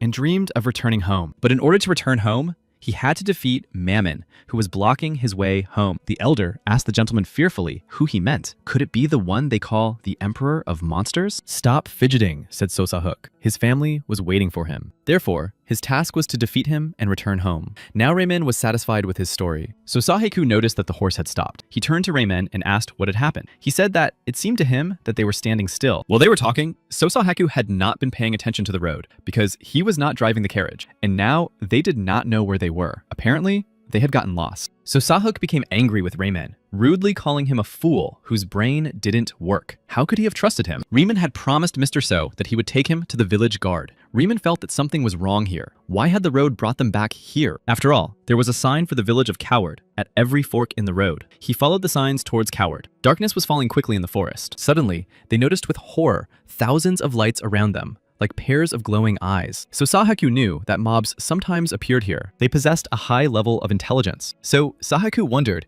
if the goblins had deliberately confused them to lure them into a trap. They had to return urgently, but when they turned back to the road they had come from, they saw that they could not pass. The road was blocked by a wall of mud. Raymond shouted this to his master, so Saheku saw it himself. So thought that these goblins had become so cunning in the latest version. He saw that they were everywhere. The goblins were getting closer and closer to them. Their eyes were bulging, and they were chattering their teeth. Their spears were flying after them. They were about to catch up with them. So Saheku ordered Raymond to run faster. Otherwise, they would be doomed. These creatures were everywhere. Raymond didn't quite understand why they weren't destroying them, since they were powerful enough to deal with them. He wanted to ask Mr. So why they were running away, but So Saheku saw that there were hundreds of them here. He said that was exactly why they couldn't deal with them. They would be doomed. So Saheku kept looking around for a way out. There were only trees around. Everything looked the same. He realized that without a map, they couldn't make it. Ahead, among the trees, So Saheku saw a glow in the shape of a skull. His guess made his blood run cold. Grabbing Remy by the throat, he ordered him to follow him quickly. Remy found it difficult to breathe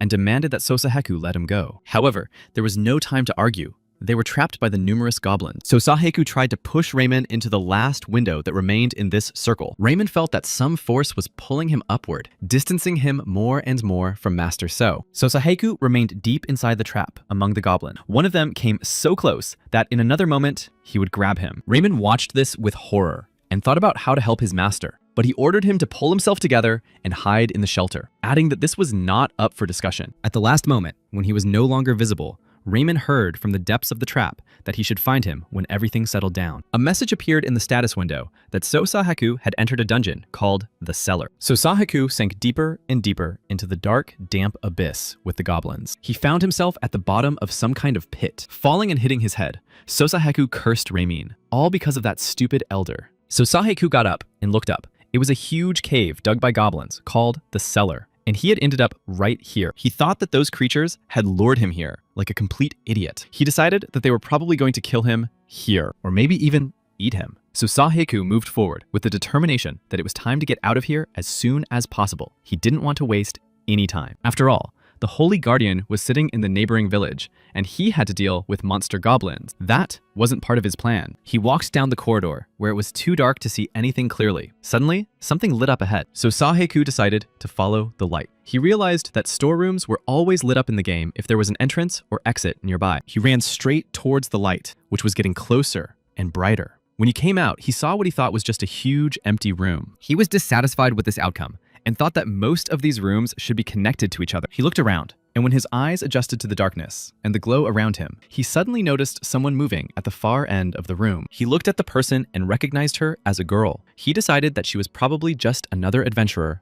He took a couple of steps toward her, but then he heard the girl scream for him to stop and not come near her. Cold sweat broke out on Sosahaku's body. He couldn't see who was in front of him, but he knew that the voice was familiar to him from somewhere. He rushed forward despite the girl's pleas and began to ask her where she was from and who she was. She screamed even louder that she didn't want him to come near her. It seemed as if she was even threatening him. And then he remembered that voice. It was familiar. In his memories, she told him that she would never leave him. He cried and told her that it was her promise. She swore to always be with him until the very end. Sitting in front of the gravestone of his beloved wife, Sosahaku cried. He kept asking why she had left him and left him alone. He stared at her portrait on the gravestone. Yen-jae was the name of his wife, and now she appeared before him in this dungeon with her favorite book in her hand. Sosahaku approached her and called her by name. The girl looked closely at the stranger. She clearly did not understand what he was saying, and Sosahaku immediately realized that he should not have called her name. A person who died 7 years ago couldn't be in the game. He forbade himself even to think about it, and then he heard the girl meekly reply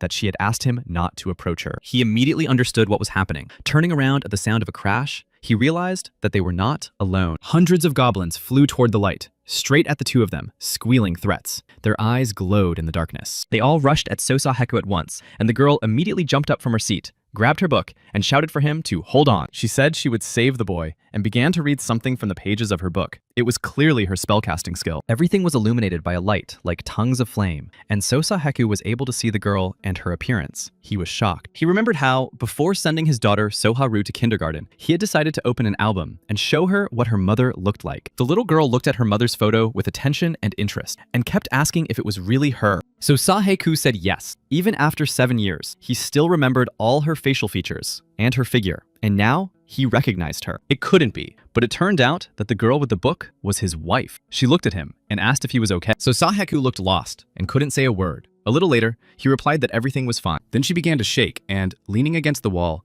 said that her mana had run out at the wrong moment. Sosahaku thought to himself that it had been rash to use all his last strength to defend him from the goblins. They both looked up and realized that countless goblins were about to attack again and were ready to pounce. Their first target was Yen-jae. They sensed her weakness and decided to attack her. Sosahaku stopped himself. He still couldn't understand who she was and told himself that this wasn't his Yen-jae. She was just a character in a game. He even decided to just run away to save his own life. He didn't have time to worry about anyone else. He tried to collect his thoughts, and then he saw the goblins attack the girl. She moaned and screamed at Sosahaku that he should save himself. He clenched his teeth and fists. Her voice was so familiar. He remembered that night in the hospital and the sound of the wheelchair wheels rolling down the corridors. She was lying on it while the doctors tried to save her life. So Sosahaku didn't leave her side for a minute. The last thing he remembers is his wife reaching out to him with her trembling and exhausted hand. Sosahaku burst into tears and begged her not to leave him. But for the girl,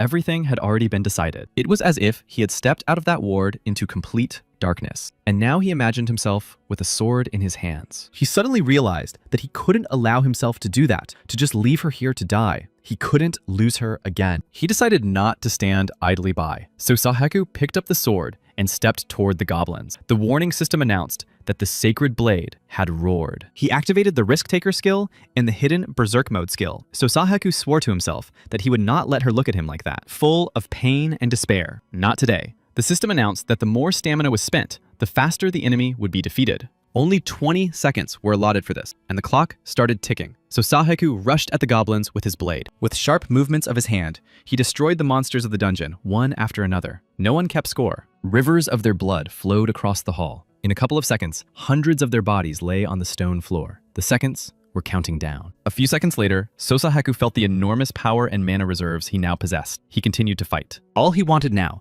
as he defeated hundreds and hundreds of these goblins, was to save Yenja. The girl was already practically unconscious. She was in the clutches of one of these nasty monsters. So Saheku had 10 seconds left. He reached out his hand to her and shouted for her to grab his palm. The girl opened her eyes slightly, but still did not understand how to do it. She had almost no strength left. So Saheku did not give up. He shouted at her again to grab him. His palm reached out to her. There were 8 seconds left. And then she was finally able to reach his hand and grab his fingers. He squeezed the girl's hand tightly in his. There were 6 seconds left before his skills expired. So Saheku pulled the girl toward him, freeing her from the clutches of the goblin monsters. He hugged her tightly and picked her up. She went limp again and lost consciousness. There were less than 5 seconds left. So Saheku jumped up sharply. The warning system said that the Risk Taker had absorbed enough blood. There were 3 seconds left. Next came the information that the ultimate ability had also been unlocked.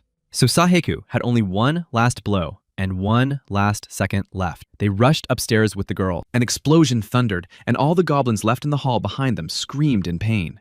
So Saheku realized that he had come out of Berserk mode. Blood began to pour from his mouth as well. He had given all his strength to activating this skill. His level of combat skill exceeded the capabilities of his body. As Saheku lost consciousness, he thought only that he was too pathetic. He didn't want to experience this again. A few seconds later, he was already unconscious. So Saheku did not know how much time had passed or where they were. He only felt some drops on his face when he opened his eyes again. The girl was smiling at him. She asked how he was feeling and said she was glad he had woken up. So Saheku didn't understand what he was drinking, and she said it was distilled water. It was usually used in the study of magic, but she thought it wouldn't hurt him now. So Saheku wanted to get up, but she warned him that it would be better not to move yet. Heku decided to himself that he believed that skill permanently sucked all the blood out of the user's body. He was glad that he had killed all the goblins and saved the girl. She looked at him and said that she hadn't had time to properly introduce herself. The girl gave her name. It turned out that her name was Lena, and she was a mage in the game. She thanked Saheku for saving her life and asked his name. He sat silently,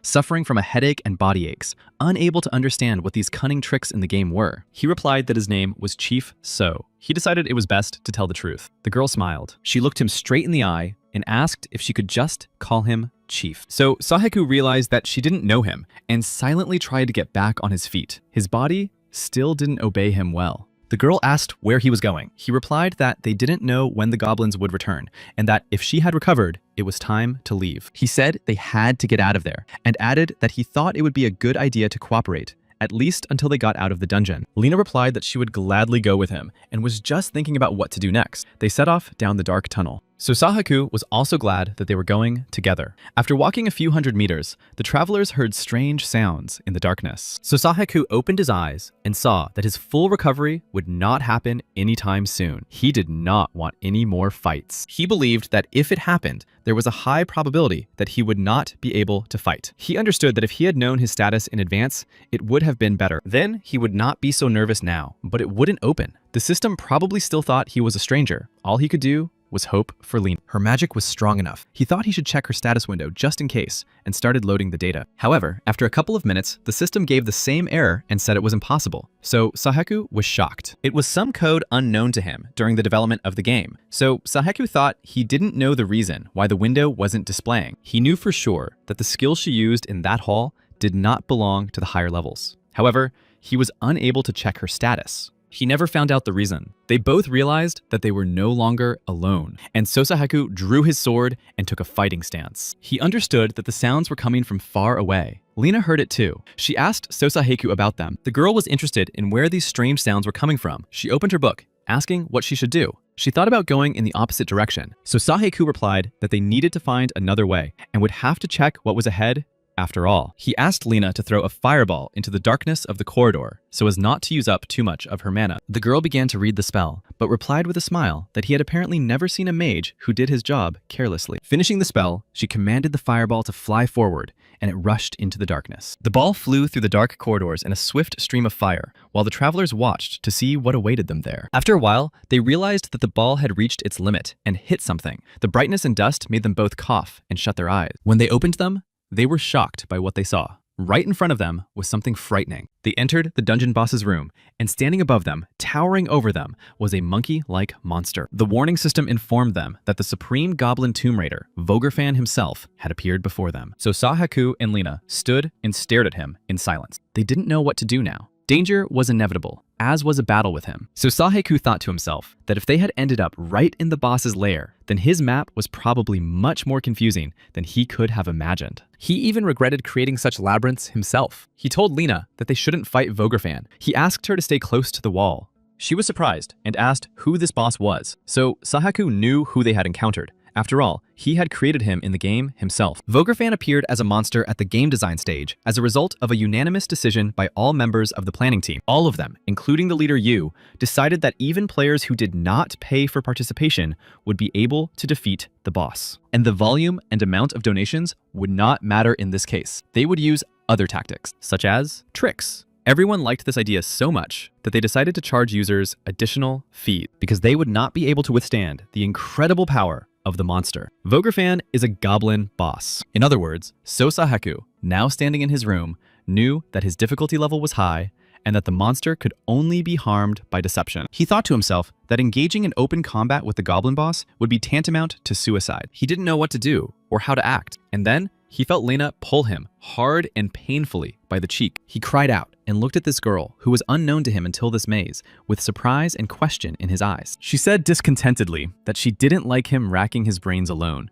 and asked him to share his thoughts about the fight with. She added that they were actually a team, even if only a temporary one. They were obliged to help and rescue each other. These words were unexpected for Sahaku and made him think about their meaning. Lina asked if she understood correctly that, being in the room with the boss, they couldn't just run away, and they didn't have enough strength and mana to strike a blow. So Saheku replied that this was true, and that they now had to use the hidden tricks of the dungeon to the maximum. Vogurfan's hobby was collecting weapons. He especially loved those with hidden abilities. They decided to use his collection to their advantage. Lina said that in that case, he might have the strongest sword in the world. With it, they could defeat the boss with a single blow. She pointed to one of the options and said that it could very well be the one. From Sa, Heku learned that the sword was the very mirror blade. It was a weapon of special power that absorbed and reflected the enemy's strength. He replied to Lina that it was not a bad choice. However, it was useless against Vogurfan, as the probability of reflecting the blow was negligible. The sword was disposable and would break after the first attack. Then he suddenly looked again at all the options they had before them, and a good idea formed in his head. He thought about how, when creating this monster boss, they themselves had planned for at least 5 people to fight it. However,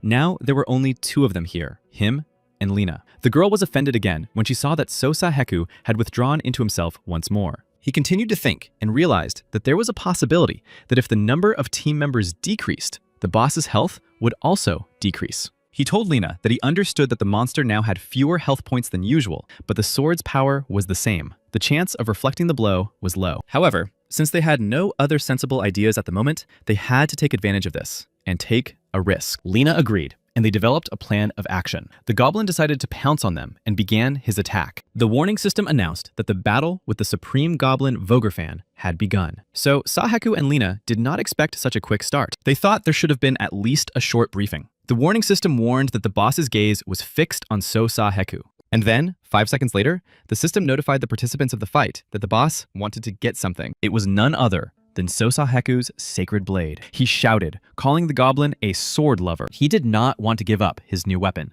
especially since he had worked so hard to obtain it. And then they saw another problem. Small goblins wanted to attack them again. Lina began to read her fire spells from the book. She shouted to Saheku that she would do her best to cover him. He rushed straight to the place where the mirror blade was located. It was their only chance at the moment to defeat the goblin boss and finally get out of this dungeon. So Saheku ran as fast as he could toward the blade and saw the boss, Vografan, following him with burning eyes. A few moments later, Saheku managed to grab the coveted weapon with his hand. He turned around and saw the goblin boss right in front of him. He was waving his paws, and Saheku thought with horror that if he managed to hit him, it would definitely be the end. He remembered that during the game's development, he and the team had decided that there would be no instant death prevention in the dungeon system. So Saheku couldn't leave this game so quickly. He looked at the goblin and shouted that he had the coveted sword in his hands. If he wanted it, he would have to try harder. He took out the sacred blade and threw it up towards the ceiling with a sharp movement. Vografan, not having had time to strike Saheku,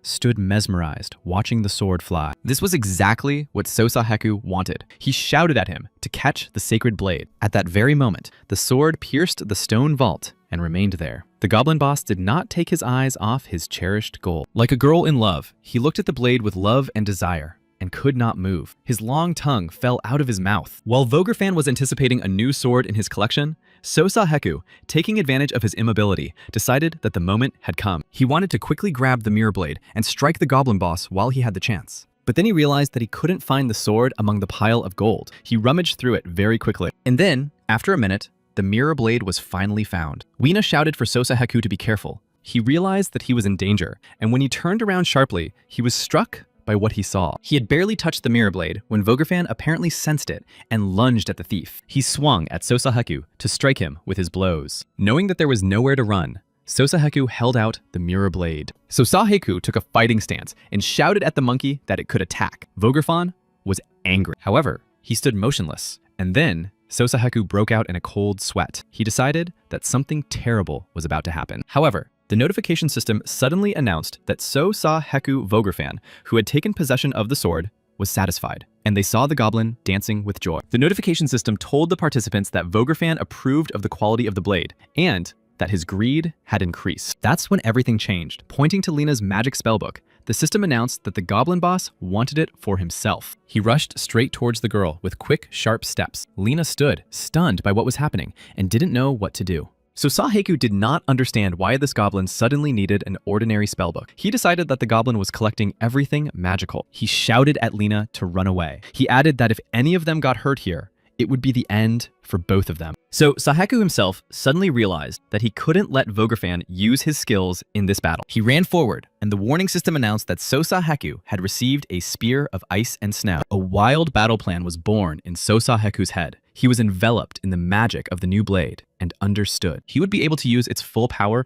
only if Vografan put all his efforts into killing them and Lina. So Saheku, enveloped in the magical energy of the mirror blade and the spear of ice and snow, threw it at Vografan. The spear shattered against the goblin's skin, scattering into hundreds of ice shards. Lina ran away from the monster. The boss cried out in surprise and pain, and immediately turned with his weapon in his paws towards Saheku. He shouted at Lina to run to him. The girl obeyed and rushed toward him. However, she did not understand what her boss had in mind. She said that it might be easier to just give her Vografan his book. So Saheku yelled at Lina not to do that, and said he was sure they had another way out. He kept yelling at her to run to him faster, and she listened. A few seconds later, they were next to each other. He grabbed her in his arms and said it was great teamwork, then started to do his part of the plan. The notification system suddenly announced that Saheku had used an emotion expression skill. It was a dance. More specifically, it was a taibeg, a silly but excellent way to laugh at a defeated opponent. While still working at the company, Saheku had encountered similar expressions of emotion more than once. They were all stars there sometimes. One day, he told his boss that it would be a great idea and that people would spend a lot of money on it. So Saheku then said that he had come up with a great system in the game using tibeg. The director did not approve of it at first, but Saheku persistently pursued him,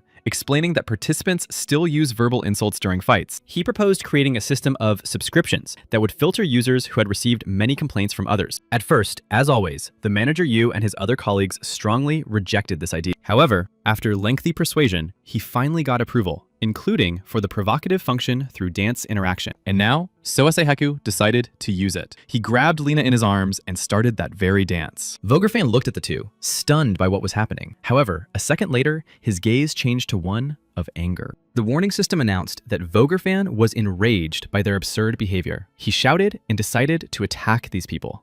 So Saheku let Lina go and, drawing his blade, said that after repelling the attack, they would use a special tactic. He instructed her to prepare. Lena had to create a powerful spell and, at his signal, direct it in that direction. The girl was about to say that it was not worth doing and that it might be too dangerous. However, Sosaheku was no longer listening to her. As the system announced that Vogerfan's anger had reached its limit, the boss growled. Sosaheku ordered Lena to be ready, as the goblin would strike them very soon. The girl began to read a spell from her book, and after a moment, Vogerfan spat something green from his mouth. The energy bursting from his belly was so strong that Sosaheku and Lena had a hard time. The system announced that the mirror blade was ready. It was recharged with its power, and the probability of a successful reflection was around 35%. Sosaheku decided that this should be enough, since the probability of success for the Gati game, created by the neighboring department, was always even lower. He hoped that Lena would succeed, and that they would be lucky. The warning system announced that the mirror blade was beginning to absorb Vogerfan's attack. The next second, Sosaheku raised the mirror blade high above his head,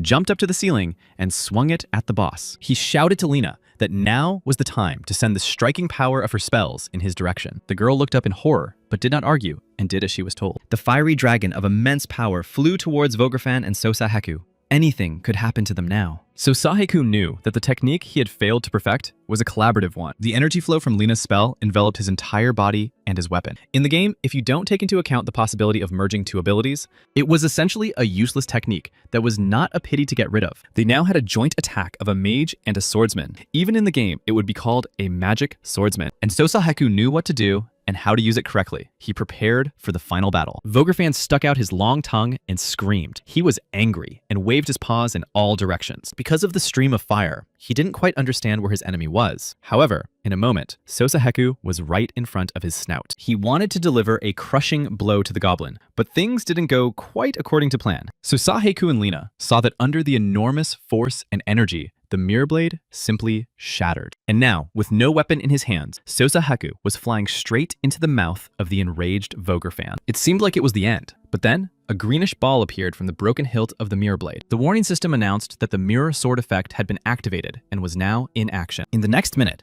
everything changed on the face of the goblin Vogerfan. He was struck by a blow of enormous force and power. It literally dissolved him into thin air, leaving only clouds of smoke and dust. The warning system announced that the supreme goblin Vogerfan had been defeated. Sosaheku crashed onto the stone floor. He lay there and thought to himself that he would never again make items in games with a random function. He and Lena managed to find their way out of the dungeon and were now standing at the edge of an unfamiliar forest. Lena looked around and began to shout joyfully that she was very happy to see such bright light. After all, they hadn't seen it in so long. So Heikook was just happy that he had managed to keep his sacred sword for himself. Then they heard strange sounds, and both turned their heads in that direction. Through the treetops and bushes, a young priest named Raymond was already running toward them with cries of joy. He knew So's boss. Seeing him safe and sound, he tried to hug him, and said that he couldn't even imagine how worried he had been for him all this time. He added that he had been gone for an eternity, and Sosaheku only thought about how much he disliked it. Raymond said he wanted to go and rescue him, but then he saw a flash,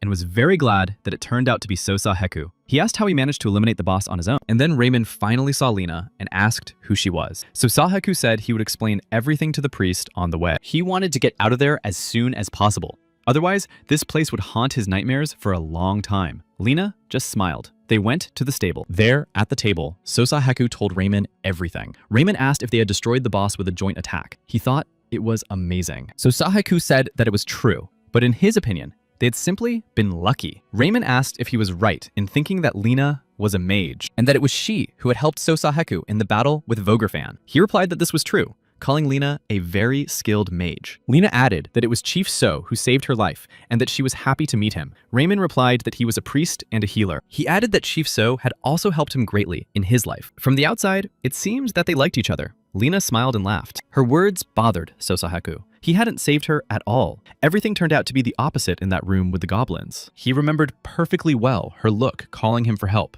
and the words she had spoken. Finishing his piece of bread, Sosaheku thought that it would be more accurate to say that his life had been saved. Then Lena looked at him and said with a smile to Chief So that they would work well together. She asked if he would take her on the team. This question stumped Sosaheku. He looked silently and in surprise at this girl from his past life and did not know what to say. Then Raymond said that he was all for it, and that if Chief So himself recognized her abilities, then it was a done deal. So Sahuk silently finished his soup. He was still thinking about what role Lena played in his destiny in this game. He saw her smile and kindness, but the image of his deceased wife would not leave him alone. He looked at Lena as if she were Yeonju and couldn't help himself. He loved his wife so much and didn't want to let go of her image now. He put on a serious face and replied that Lena could join their team. However, he immediately added that there would be no salad. After a while, having had lunch and taken horses for their cart, the three of them were already standing and getting ready to hit the road. Lena successfully joined the team. Heku sat with her behind the wagon and warned Raymond not to dare take a wrong turn again. He apologized and said that he had been berating himself every minute since then, and that it was the signs he had been following that were to blame. So Heku began to say that he had no idea how much had happened to him yesterday. He could have turned into an old man without any stamina. Lena just giggled, sitting opposite, and Heku asked her why she was laughing. She replied that the two of them were so friendly, and it was nice to see. Heku replied that maybe that was true. But when Raymond heard this, he argued that anyone who knew them would say that So was terrorizing him. Lena said that until now, she had always traveled alone, so these cute arguments were new to her. Heku looked at the girl silently. Then he decided to find out everything from her and said that he had some questions for her. Since she was now officially a member of their team, one thing bothered him. Lena asked what he wanted to know.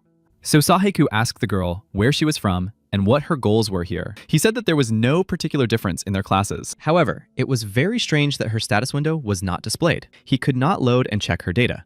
He looked intently at Lena and asked seriously where she came from and how she ended up here. The girl sighed and replied that she thought he would ask her about it someday. She looked a little downcast. She added that she actually wanted to be honest with them. She didn't remember where her hometown was, and she couldn't see her window herself. She said she could only guess, and that maybe someone had put a curse on her. Sahekuk was shocked by this revelation. The girl looked at him sadly and said that she only had fragmentary memories. However, these were just random moments from her childhood. Her goal was to meet the so-called Mammon. So Sahaku asked her again what she was talking about and who she was referring to. It seemed suspicious to him. Lena replied that someone had stolen her memories, and for some reason, she felt that she would only get them back when she met the Mammon. She added that at first, she wanted to join other teams, but no one would trust a person with memory lapses. So Saheku listened to her carefully and looked at the girl with great suspicion. She was probably telling the truth. Then Raymond interrupted their conversation and told Lena that she had the same goal as So's boss. The girl was very surprised and asked the young priest what he meant. He replied that So Sahaku had also told him earlier that he needed to find Mammon in order to return home as soon as possible. Lena was very surprised and looked closely at So Sahaku sitting right in front of her. She asked him if it was true that he was looking for the same person as her. So Sahaku replied that it was. He smiled and added with some anger in his voice that he wanted to find and catch this bad man as soon as possible. He told Lena that since she also needed to meet him, she could rest assured that they would not kick her out of their team. The carriage moved forward. So Sahaku sat and thought about everything. Suddenly, memories from his distant past flooded back to him. He remembered everything as if it were yesterday. How the teacher greeted everyone in the class, saying that he was the best among them all. He emphasized that this was not a place to look for a significant other. It was a volunteer class. The teacher suggested that they split into pairs of boys and girls, and if that didn't work out, then regardless of gender. So Saheku was scared. What other pairs? He thought he had come to a regular civics class. He was very young and very nervous at the time. After all, he had never spoken to a girl in his life, but he understood that he couldn't ignore these lessons. He couldn't figure out what to do. He looked around and decided that he was lucky and that there might still be some boys left. Then his attention was drawn to the click of heels and a soft voice. A pretty girl approached him, although at that moment, he wasn't thinking about anything like that. His insecurity prevented him from being more relaxed. The girl apologized and asked permission to sit next to him. It was Yeonju. Now, sitting in the carriage, So Sahuk pushed these memories away. He felt lousy. What was he thinking about? Yeonju was long gone. He couldn't get the thought out of his head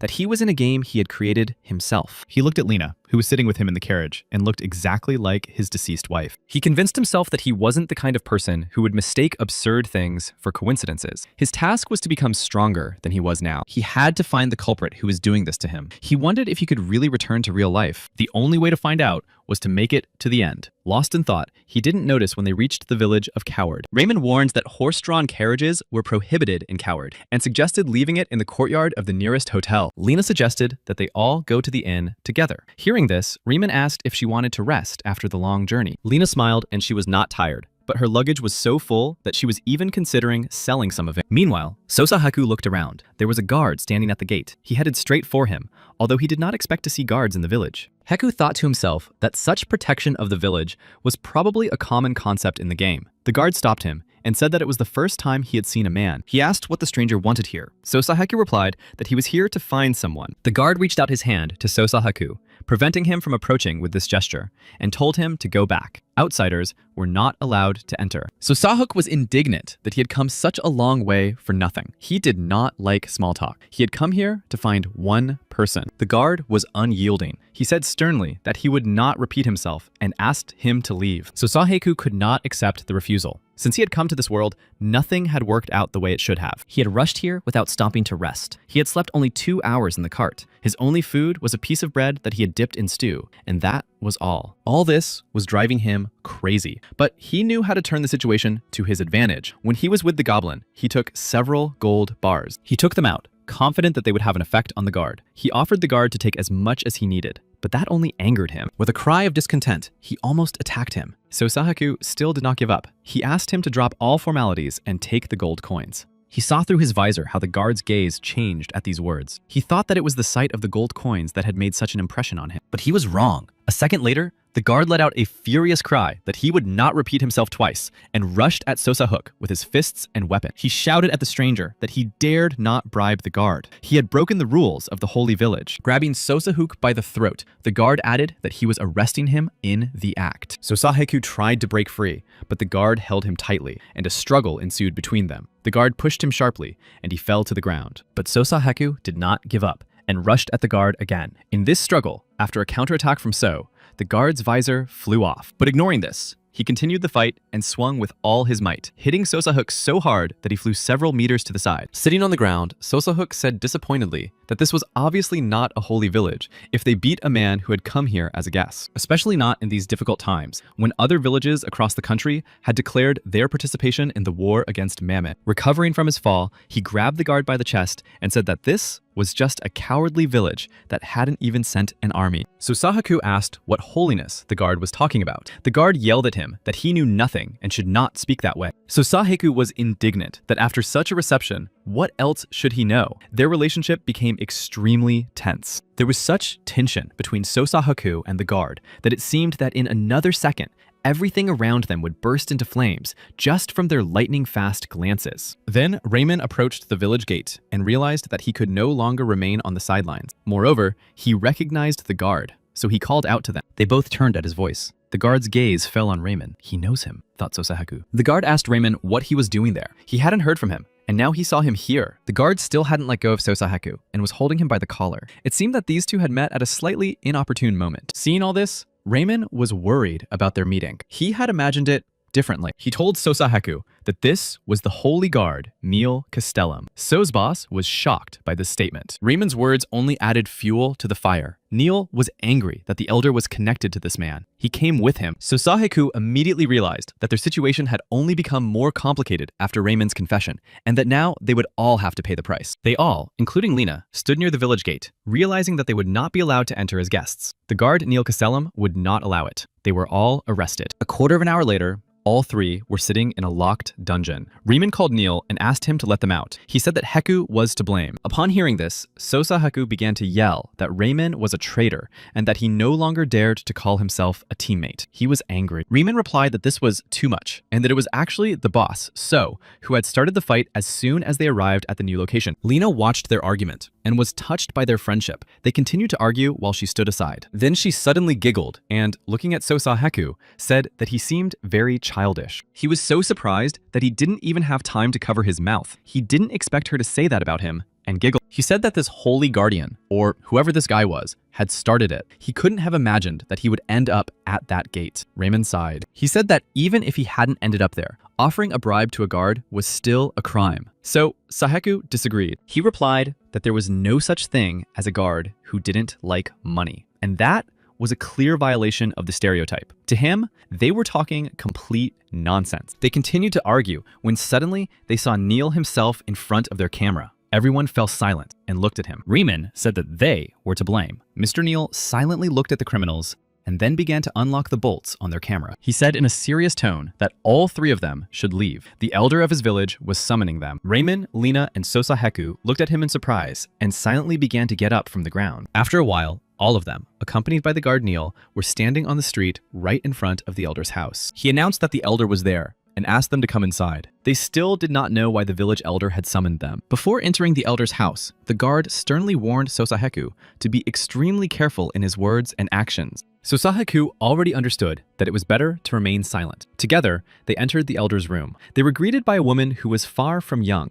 She said she was glad to see them. It was the village elder, Coward Krina, and she pointed to the girl standing next to her and introduced her as Captain Keller. Raymond hadn't seen Elder Krina in a long time, so he was very happy to see her. So Saheku wanted to say something sarcastic, but Lena quickly shut him up. Raymond introduced them as travelers. Krina said she was very sorry that such respected guests had been put in prison. There had been a misunderstanding. She felt uncomfortable that they had been rude to the elder of the village of Sinif. Raymond assured her that it was no big deal. They had also made mistakes. He also added that, among other things, he was no longer the elder. Krina was surprised by this news.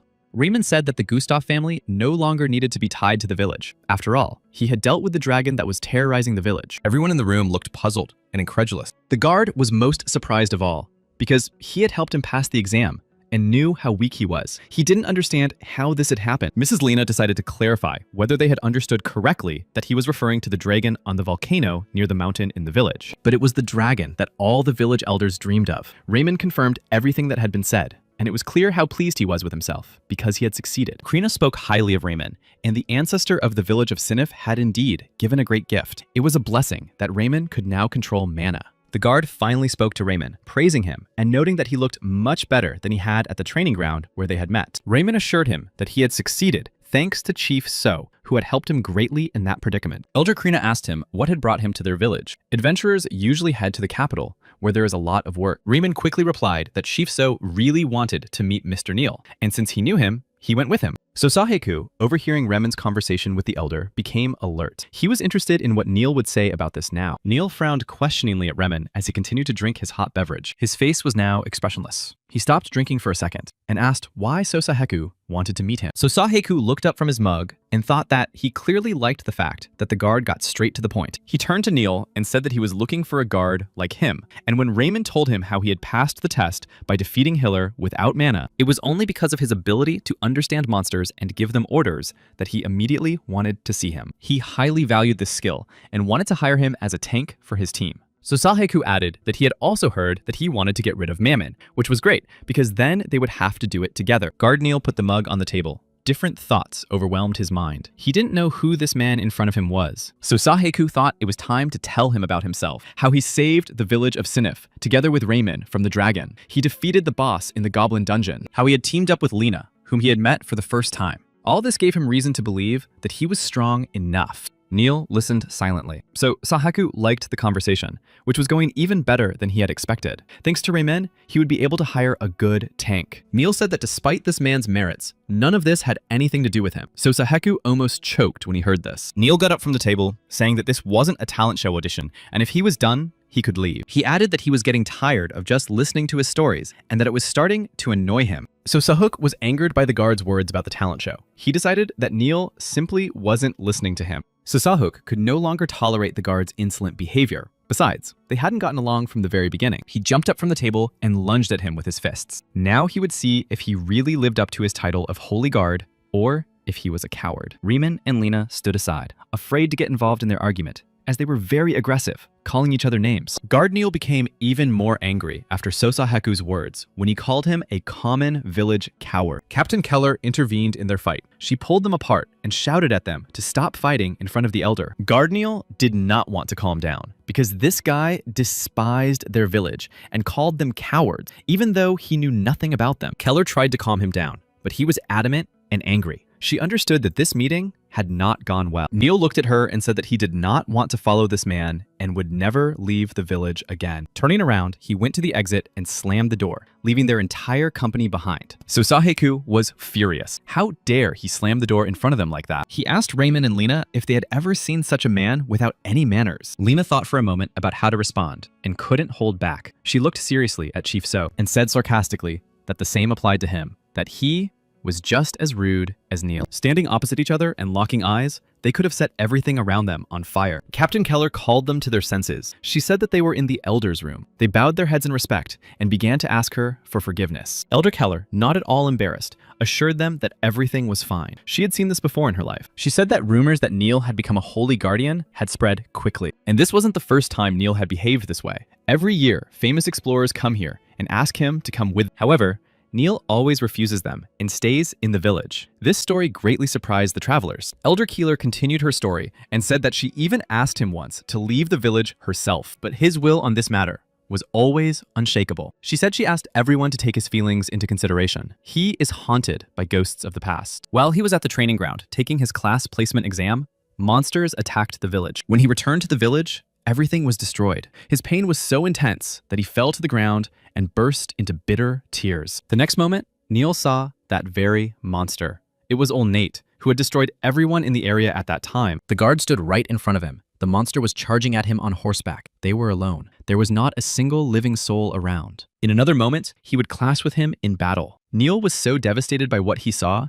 that he did not yet realize that the monster was already close. It is unknown how it would have ended. But at that moment, a bright light illuminated the area, and the sinister horseman disappeared as suddenly as he had appeared. Elder Keller told everyone that Neil was still haunted by the ghosts of the past. Lena and Raymond asked the elder if they had understood correctly that Neil was possessed by a ghost. The elder assured them that she had expressed herself incorrectly. They might have misinterpreted her story about this guy. She changed the subject, drawing their attention to the fact that they must be tired from their journey and need to rest. Their meeting with the elder was over.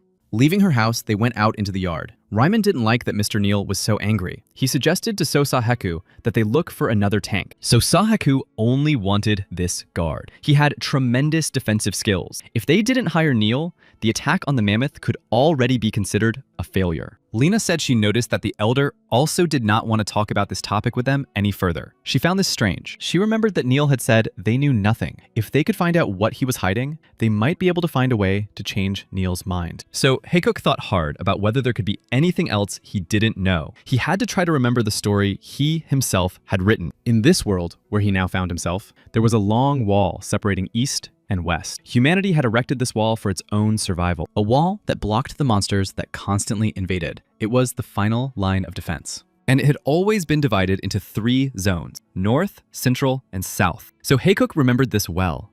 The lords of each zone defend the front line with the help of villages and their resources. The village of Coward was called upon by the Lord of the North to participate in the war, but they could not withstand the fierce battle and fled from the wall. That was how it was in his story. But the villagers failed to defend an important military post. Therefore, they are hated and rejected in the kingdom. That is why the village of Coward is called Cowards. So Haekuk was mad that he couldn't remember what else this village and the holy guard Neil were hiding. He decided that he had had enough of racking his brains. He didn't want to know anything. He just wanted to get Neil on his team as a tank. The mere thought that someone else might take this best tank drove him crazy. Lena stood there, thinking about something. Finally, one thought came to her mind. It was not time to give up yet. She said that they needed to gather information about Neil. Raymond agreed with Miss Lena, but he did not know how they would achieve this. He didn't think the villagers would tell them about him so easily. They began to think about what to do. Lena kept looking for a way out and told them that hope dies last. Then she remembered Captain Keller and how she looked at Neil with such care. The girl was sure that something was wrong here. She decided that this woman would help them. Lena suggested asking Captain Keller about Neil. She hoped that she would share something with them. She recalled that during the reception, she had been casting concerned glances at Neil. If she really cared about him, she should tell them everything. Raymond watched the elder leave the house, waiting for Captain Keller. He saw her go out into the street and began signaling to Ms. Lena. They didn't really know what to do next. Lena asked Sosaheku if he was ready. Sosaheku looked at her indifferently. He asked what else they had planned. Raymond shouted that if they delayed, they would lose sight of Keller and would not be able to talk to her. Lena gave instructions on how Sosahuk should behave. He was required to pretend that he needed help and be affectionate. At first, he decided that everyone wanted him to be tied up, so he would scream for help. So Sahuk hoped that this would be the first and last time he did something like this. It wasn't his style, but he had no choice. Riemann suggested that Miss Lena go and ask her questions herself, but she objected, saying that Chief So was in charge of their team. He would also need social skills. So Sahuk felt like an idiot in their eyes, since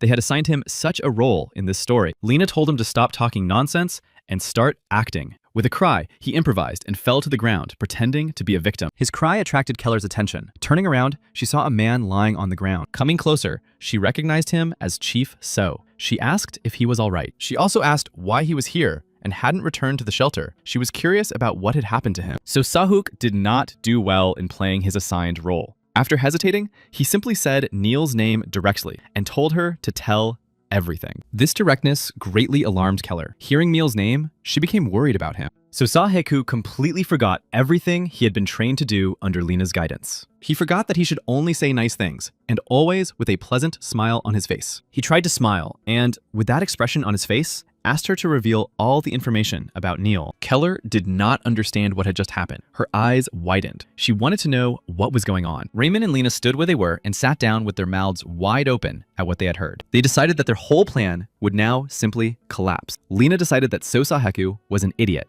and how could he not handle such nonsense? However, later that evening at home, Keller was already laughing. She still couldn't believe that their boss So was such an uninhibited and strange person. Miss Lena approached Keller and apologized for their boss. She said she didn't know why their boss was like that. Raymond too. Keller thought it was better to be as honest as their boss, So. Then she added that Neil was very angry with them today. She said that deep down, she still hoped that he would listen to their proposal and leave the village. After thinking for a moment, she said that Elder Krina was a spiritualist and could see the souls of those who were no longer alive. Raymond had read something about this in a book and added that he had heard that just as they gained experience points by killing monsters, monsters also became stronger by consuming human souls. He had heard that some souls were so powerful that they could change a monster's class. Captain Keller knew this. It was true, and such souls were called hero souls. She decided to take them to the Elder so they could hear the whole story from her. The Elder had seen such a hero soul on the day Neil was born. In another village, this might have been a blessing, but for their village, which was always closest to the final line,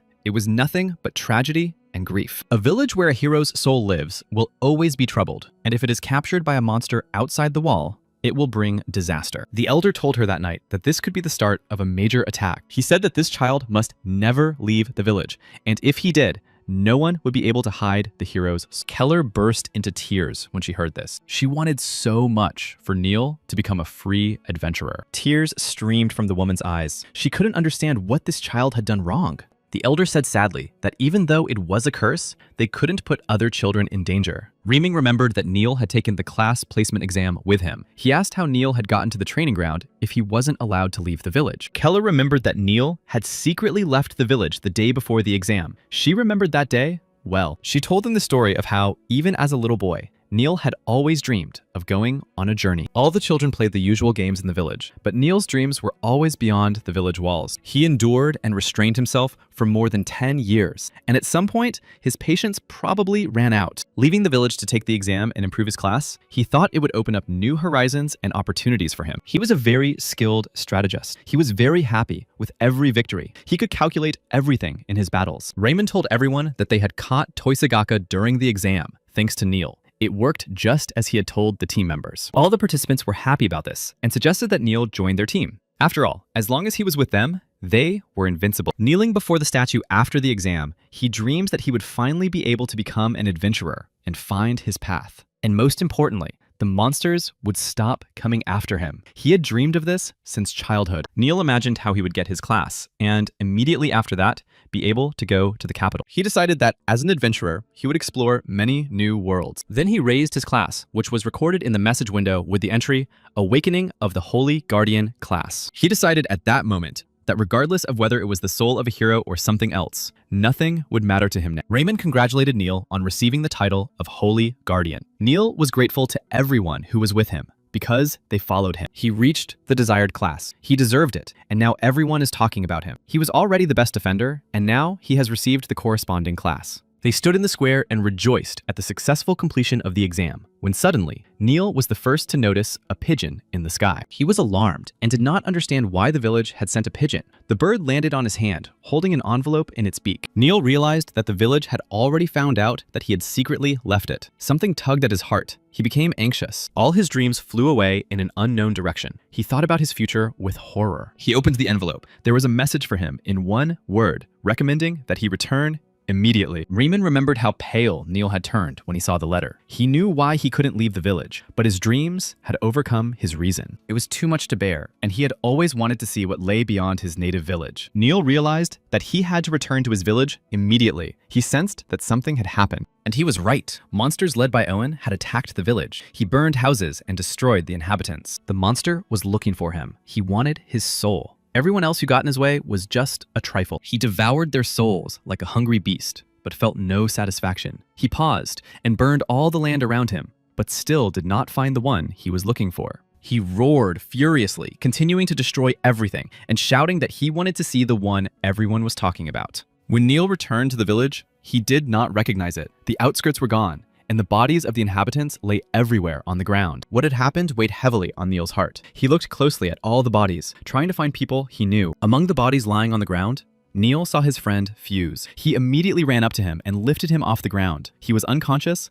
and badly injured. Neil asked him to wake up. He wanted to know what had happened here. Fuse opened his eyes slightly and said that there were monsters in the village. He kept repeating deliriously that Neil should not have left their village, over and over again. Neil wanted to explain to him the reason for his absence, but the terrible consequences prevented him from saying anything. He urged Fuse to get up because they had to go and quickly rescue the remaining people. But Fuse was weak. His family was no longer alive, and he no longer had a reason to fight for his life. Neil rushed forward alone, looking around the battlefield and thinking that this was the first time such an attack had occurred. But where were the troops who were in the village and knew all the monsters' attack patterns? They were nowhere to be seen. He thought that perhaps they too had been killed by the monsters. Everyone had died from the cruelty. In the middle of the battlefield, Neil heard a noise. Turning his head, Neil saw him, the very same monster on horseback. With one hand, it grabbed the warrior by the throat, who could no longer breathe from such a grip, and held him without letting go. Neil saw how the energy and soul of this warrior flowed into the monster, adding strength and abilities. He no longer needed him, and the monster knight simply threw him to the ground like useless trash. Neil shouted angrily that he now knew who had done this to their village. He began to curse him with angry words. The monster's gaze fell on Neil when he heard his voice. Neil found himself at the epicenter of his power and might. The ring of fire did not let him escape. Neil shouted that he would pay for everything he had done to their village. The knight looked at the young man and laughed contemptuously and mockingly. He was sure that this warrior would not be able to fight back. However, he was still curious to see what this guy was capable of, and a duel began between them. Blows and explosions thundered. A fierce battle ensued, and after a while, the unknown monster said, seeing how strong the guy was, that this body was special. Neil lay nearby, almost unconscious, when the knight rushed to him and said that he had finally found the soul of a hero. With his last ounce of strength, Neil managed to get to his feet, and, parrying another attack from the knight with his shield, rushed away to take cover. The knight just laughed after him, saying that he couldn't allow himself to flee the battlefield like a cowardly rat. Neil turned around and held his shield in front of him. The unknown monster struck him with another strong and powerful blow. He was superior to Neil in skill and power. The boy struggled to hold back and repel his attacks. At one point, Neil fell to the ground again, losing his balance from the blow. He groaned in pain and wondered who was standing before him. It was definitely a monster. However, it spoke like a normal person. It was a type that no one had heard of before. Neil looked at the monster and decided that he was in trouble. He had rushed here so quickly that he hadn't even acquired the necessary skills for an enemy of this level. It was dangerous. And Neil realized that if this continued, he would not be able to defeat this unknown knight and would simply die like so many others today. The monster approached Neil and told him that the soul of a hero was interfering and trying to save everyone from his attacks. He called it a blessing of sorts. And immediately after these words, the monster raised his weapon high for a strike. He said that now he would take care of him. Neil couldn't move. He understood that he could die now and began to call on all the gods for help. And then it was as if they had heard him. A bright light appeared on the horizon. The monster looked in the direction of the flash. And in that very second, it was struck by an energy wave like blue lightning. It didn't understand what it was. It began to scream that it only had a little time left to achieve its goal. It seemed to be begging someone for mercy, but for it, this was the end. Neil, lying there, saw something engulf the monster. It was still screaming that it couldn't believe it, that it was losing the hero's soul, just like that. It didn't want to admit it. its red gaze began to fade. Shouting that it was absurdly ridiculous and offensive, it disappeared along with the bright light that appeared on the horizon. Neil lay on the ground and didn't understand what had just happened. Everything seemed unreal and strange. After a while, he heard people's voices. They were looking for survivors. A woman asked Neil if he was all right. He was bleeding heavily. He needed bandages and medicine. She kept asking him what had just happened here. They saw the monster burn alive when Neil arrived. They all asked him how he managed to defeat the knight. Neil sat on the ground with his head bandaged and simply replied that he didn't know himself. He said he only saw the monster disappear, burning up in the sunlight, shining through the clouds. The woman replied that it was probably Michael's grace. She couldn't find any other explanation for what had happened. She also told Neil that she had bad news for him. Hearing this, he went straight to his village. The scene before him was not a pleasant one. Everyone was depressed after the monster attack. There were many dead and wounded. Children ran up to Neil and told their brother that they were in trouble. The men in their village had ordered the children not to go home. They also told Neil that their mother had not left the house since it all began, for some reason. Neil looked down at his feet with horror in his eyes. The children kept asking him what had happened to their mother. Neil didn't know what to say. He looked down at his feet and saw a broken photograph of himself and the children. Everything was covered in blood. He understood everything, but he couldn't bring himself to tell them what had happened. He just silently hugged the girl and boy, telling them that everything would be okay. The woman told Reem and Hack that since then, Neil had considered himself responsible for everything that had happened to the village and had stayed to protect it. She added that everyone understood that such a tragedy could not have been caused by one person alone. That monster was to blame for everything. Reem was shocked. He said that if such a powerful monster had invaded their village, they should have sent help. She replied that no one had been sent to them. She said that their village had been rejected. Sahaku asked what that meant. He thought to himself that he didn't understand what kind of monster it was. He remembered how he had personally cut out these details of the game's plot, which he considered unnecessary. And there was something else. He turned to the woman and said that one thing in this whole story seemed very strange and suspicious to him. She looked at Sosahuk. He said that the village of Coward had fled from the battles. He asked if she didn't think it would be unconscionable to expect help from the kingdom in such a case. These words greatly offended and even seemed to insult the woman. She began to shout in discontent. She told everyone present that this was not true at all. She said that these were false rumors. So Sahaku was shocked by what he heard. He asked her what she meant by that. She burst into tears and told everyone that the Northern Lord Udea was to blame for all their troubles with the king. He was the one who falsely accused their village of fleeing. He was at the casino at the time. His people said that his work in Kanwasak was very successful. He donated several times more than the other lords. Now,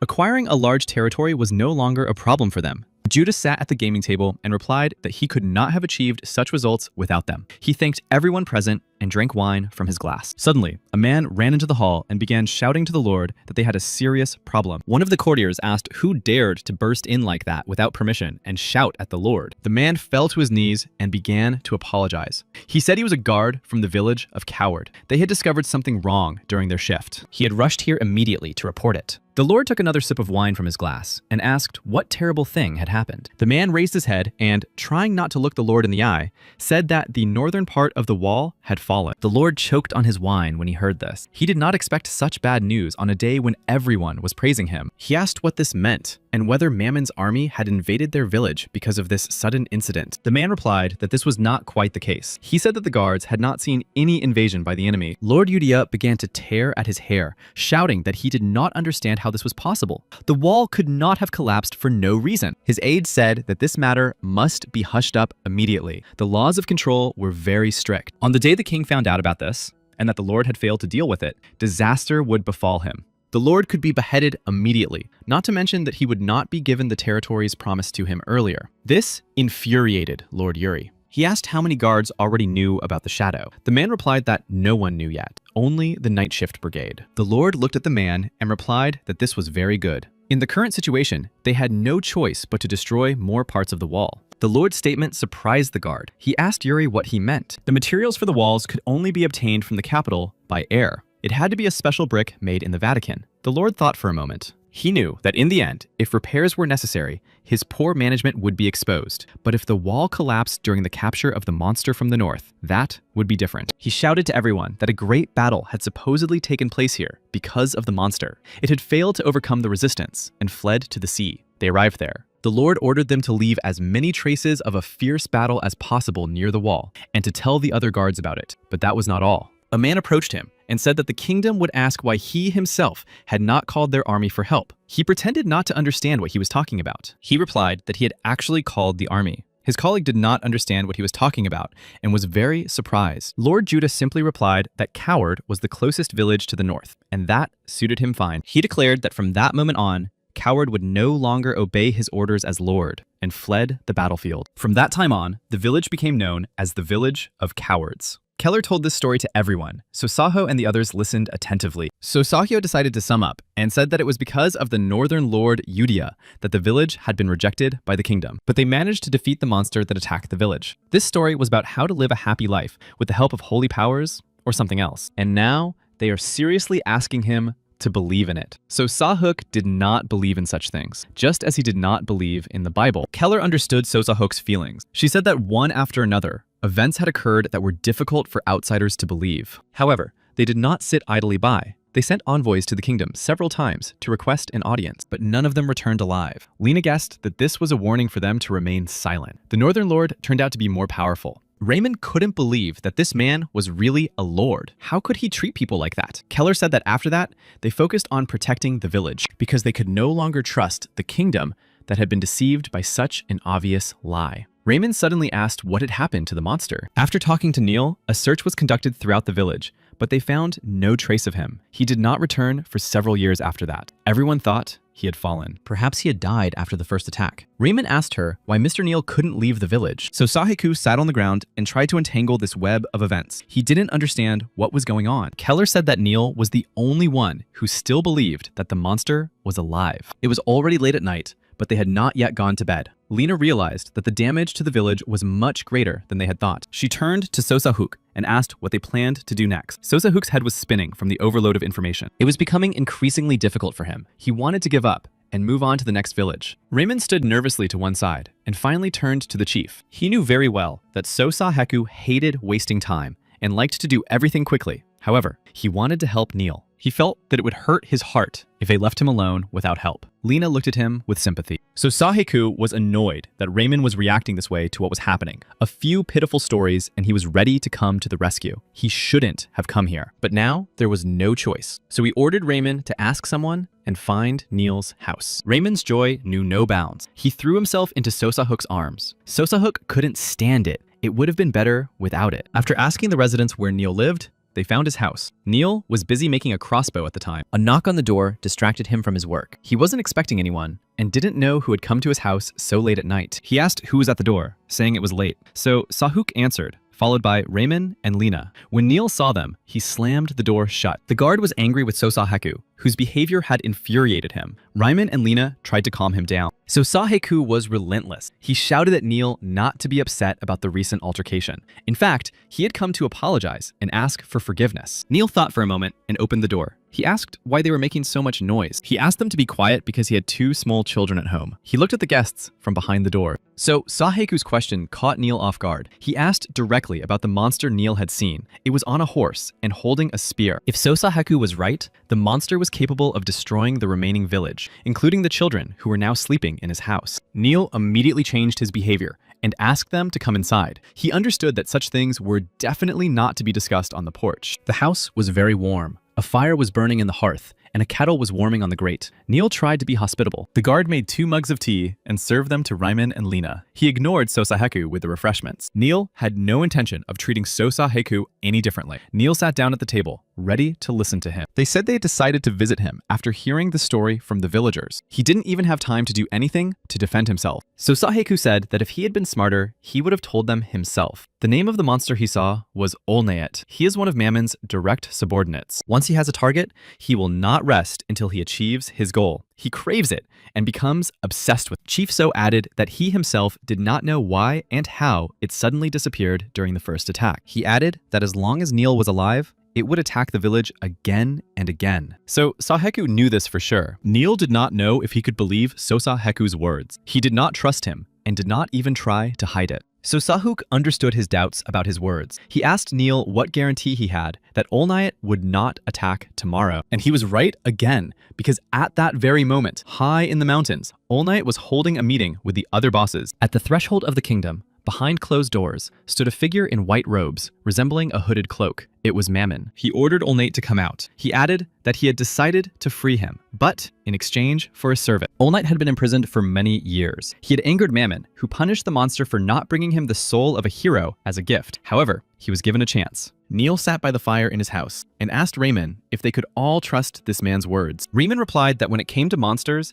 Sosaheku was very knowledgeable and could definitely be trusted. Sosaheku added that his offer was the same as before. He once again invited Neil to join his team, and if there were any problems in the village, he promised that they would solve them together. He said that Neil had probably guessed about his abilities, and he did not hide them. Neil said that until Lord Yudia betrayed them, he, like Chief So, told plausible and credible stories. He added that he would be very grateful if they helped him, but there was no way for him to leave the village. So Saheku wanted to say something sarcastic about this, but Lena covered his mouth with her hand in time and only replied that she was very interested in one thing. She said she couldn't help but notice the box full of crossbows. She asked if Neil had made them himself. He replied that he had. These were weapons that even the villagers, who were not accustomed to battle, could use. He had made them in case of another battle. So Saheku broke free from Lena's grip and asked if Neil really thought they could defeat the enemy. He compared the weapons to toothpicks in the side. He added that even if they managed to eliminate Olnate, he was not the only monster targeting the hero's soul. Neil was silent,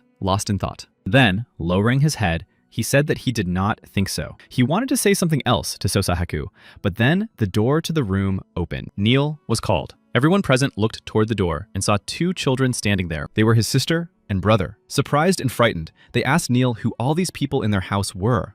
Neil tried to smile and reassured them that everything was fine and that these people had just stopped by for a minute. He sent the children to bed. They left, and as soon as the door closed, he grabbed his head and sighed heavily. He said he was tired and wanted to gather his thoughts. Neil asked everyone to leave because it was already late. So Saheku looked at him with displeasure and got up from his seat. He was unable to persuade Neil. When he was already outside, he turned around and told Neil that while they were in a truce, he wanted to tell him something else. Neil stood silently at the doorstep. So Saheku turned around and told Neil Castelli that his enemy was ahead and a tank should not look back. Neil understood what he was trying to say, but just kept standing silently at the doorstep of his house. A little later, Sosaheku's screams could be heard in the hotel. He was furious after his conversation with Neil. He called the guy a blockhead and said he thought he could win with a crossbow. He said that if he was going to screw up his abilities like that, then he was out. So Eseheku banged his head on the table and said it would be better if his powers went to him. Lena said she was just as upset as he was. However, she understood Neil to some extent. The mistake he made in the past cost his family their lives. His body and mind froze, most likely out of fear. Riemann added that since no one knew when Olnate would attack again,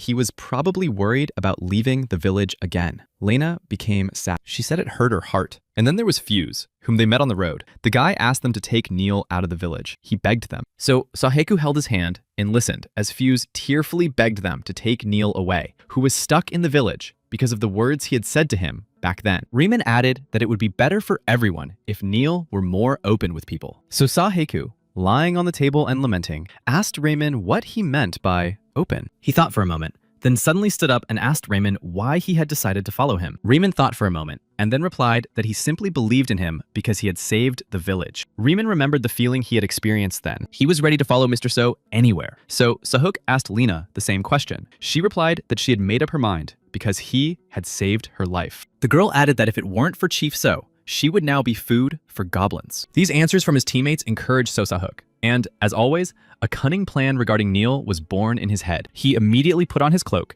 and hastily prepared to leave their hotel room. Surprised, Remen and Lena tried to find out from Chief So where he was going. He only replied that he had a great idea in mind. Lena tried to find out the details, but nothing came of it. So Sahaku was in too much of a hurry, and they only saw him running out the door. Then it dawned on Lena, and she started yelling at Rema that she couldn't believe it. It was too much. She yelled that they had to stop Sosahek immediately. Otherwise, he might do something to the village. Lena grabs Remen and they rushed after Sosahek, yelling at him that he was playing too cruel a game. There was clearly something wrong with him. At some point, they caught up with him while he was carrying out his plan for the village. Raymond tried to grab So's boss, but he yelled that he was just trying to set fire to the mountain behind the settlement. That was all. He said they had to bring the monsters down from the mountain to the village to save it. Raymond held him and yelled that he had truly lost his mind. He said that they had to help the village and that no one in their right mind would want to expose the inhabitants to such danger from monsters. So Saheku shouted back that there was nothing to be done and that he had to create the most dramatic conditions possible for his purposes. He added that he would save everyone anyway and that there was no problem. Raymond replied that this could not be done because the mountain was the habitat of mountain dogs.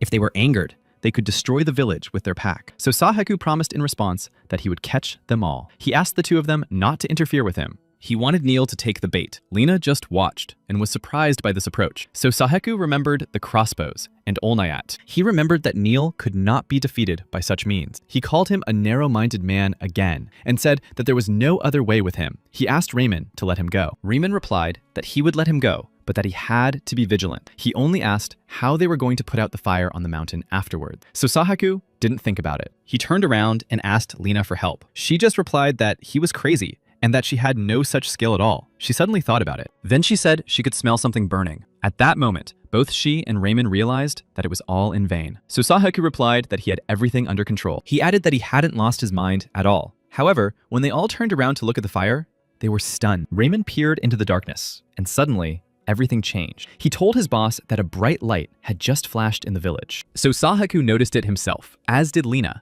and the three of them rushed out of the forest toward the village. They saw what looked like bright lightning bolts and streams of energy flying toward the village. So Saheku was clearly pleased with his strategy. He said he was right, as always, and watched the monster approaching the village walls. The attack began, and it was none other than Old Nate. He had returned and was already rapidly approaching. A little earlier, a meeting was held in the Kingdom of Darkness. Olnate announced that he had learned that the dragon Friday had been killed in the village of Sinif. The second participant, who resembled a bull, said that this was to their advantage. The lizard had finally kicked the bucket, and it was about time. He asked whose hands had done it.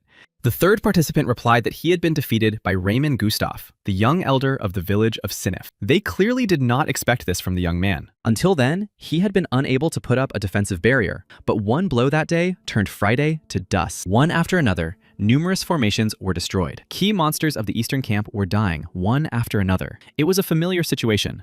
All Night then asked everyone if they thought a hero had been born. Someone echoed him, saying that he hadn't been so angry in a long time. He asked to be sent west so that he could destroy everyone, including this hero. The bull laughed, and someone in a hood replied that he had already sent Olnate to that village. The faceless creature replied that he was probably already bored there. After all, Olnate had rushed off at full speed. He asked the man in white where exactly he had sent Olnate. The man replied that he had sent him to the village of Coward. He was mysterious and pensive, and it seemed that he knew something. He pulled his hand in a white glove out from under his cloak and took out a feather. He said that he would watch everything. Through Olnate's gaze, he would follow the hero. After the feather, he took a ball of soul energy in his hand and added that he would destroy everyone at the right moment. This was the monster's plan. Meanwhile, in the village, the bell rang, warning everyone of the danger. Magical lightning bolts and energy balls began to rain down on the streets. The people were in trouble again. They ran through the streets of the village to take cover, while the local army gathered on the wall. The eastern guard post had already been attacked. Everyone had to hurry to help and run there. Neil said goodbye to his brother and sister. The children were crying. He asked Ken if he understood everything Neil was telling him. He asked him to take care of his sister Karay. Neil ordered his family to follow the people to the shelters. The boy burst into tears and kept asking why his brother couldn't go with them. Neil only replied that they should hurry and be careful. The guard post shouted that the monster was approaching from the east. The commander ordered everyone to minimize the load on the front line and prepare the archers. They raised their arrows. All Night was already approaching the village walls on his horse. The archers fired their arrows at him on command. Hundreds of arrows flew straight at the monster. However, this had no effect. All Night only thought mockingly that these pathetic little people seriously believed that these arrows could stop him. He rode forward without stopping and began to draw his sword from its sheath. All Night prepared to attack. He said that they were all just conceited little people, and he rode forward, driven by passion and anger. He called out in his inner voice for the hero's soul to appear as soon as possible. He couldn't wait to deal with him and taste his power. With a sharp throw, All Night was almost at the village walls in a second, destroying everything in his path. The guards who got in his way flew to the sides, moaning in pain. He smashed them by the hundreds. Keller stood next to Neil and, watching the scene unfold, said that in the end, he was right after all. She said that he had worked hard to make crossbows for everyone, but they had all left. They had never been used in battle. She added that it would be great if several people could fight together side by side. Everyone had participated actively in the training earlier. Neil replied that there was nothing wrong with that. Among those people were people like Fuse, who had suffered greatly at the time. Therefore, escape was not a horror for them. Keller asked if the boss himself had escaped this time. Neil put his helmet on his head and, preparing for battle, replied that he was not wasting any time. He would have left long ago, but he didn't have the opportunity. Keller looked at Neil, and he held out his fist to her and said that he was offering to defeat him together. He was talking about Olnate. Keller smiled at Neil and responded to his gesture with her own fist extended toward him. She said that they were a team, and that's how they would do it. So Sahaku, Raymond, and Lena were still in the mountains at that time. While his teammates were horrified by what was happening, he just shook his head. For him, everything turned out even better than he had expected. Raymond asked what Chief So meant by that. He sincerely did not understand what was so good about it. So Sahaku replied that they would not come down from the mountain until Neil himself found them and asked for help. Lena looked at Chief So and shouted that he did not know what he was saying or doing. The village was in great danger. So Sahaku asked her what was wrong. Didn't she realize that Neil was the kind of person who would not change his mind even in the face of death? Only when his duty to the village was fulfilled would he be able to follow them. Lena was shocked by what she heard. Riemann began to yell at Chief So that this was abnormal and immoral. After all, many people would die, and innocent people at that. So Sahaku replied that he thought the two of them had become too conceited about the team. He told them that they were not heroes. He said that he had never said that he would not help all the residents. There was nothing wrong with him wanting to change the situation a little in his favor. Lena couldn't believe these words and began to ask Chief So why he was saying this. She believed that they could persuade Neil without this. She didn't like his scheming, and So Hook just looked at them wearily and replied that, as usual, she was wrong about everything. However, he believed that if they died helping every corner of this village out of a worthless sense of grace, it would be nonsense. He added that there was nothing wrong with using the moment to their advantage to get the maximum benefit compared to the risks. Lena suddenly asked if he had saved her then for some benefit of his own. She asked if it was true that he didn't care about the death of people who were useless to him. So Sahaku was unhappy that the conversation had gone so deep and far. He said she was too rational, and then he stopped talking. The girl got very angry and saw no other way out but to simply punch Chief So. Lying on the ground, he just asked what that was all about. Lena leaned over to him and replied that there were things much more important than immediate gain. She ran away from them to save the villagers. So Sahaku started yelling after Lena that she should stay with them. Chief So looked at Remen, who was standing silently, and asked what the hell was going on. And then he saw his staff. So Sahaku asked the elder where he got it, and he replied that he took it from his house to help Chief So. He started crying. Raymond continued and said that he never thought he would use the staff for other purposes. He hit So Sahaku hard and ran after Lena. Chief So, lying on the ground with a huge bump on his head, kept thinking if those two had really run away from him. He became angry and grabbed the green grass. He shouted after them that they could now do whatever they wanted, and that as of today, they were both fired from the team. But no one answered him. At that moment, chaos reigned in the village. Ash and dust settled on the ground, revealing a terrible scene. There were many bodies on the ground, both dead and wounded. One of the guards tried to find those who could still move. They all had to run to the second guard post. It was already unsafe here, and one of the guards told the other that he shouldn't just stand there, but should move quickly to the second post. But the other guard was staring into the distance and couldn't say a word. The guard asked him what he was looking at so intently. He turned his head in that direction and froze at what he saw. It was terrifying and shocking. A huge crowd of angry skeleton monsters was rushing toward them. There were more than 1,000 of them. The guards trembled with fear. At the other end of the village, the general was asked how things were going. He was glad that Neil and Keller had arrived. He said that their entire battle strategy had proved ineffective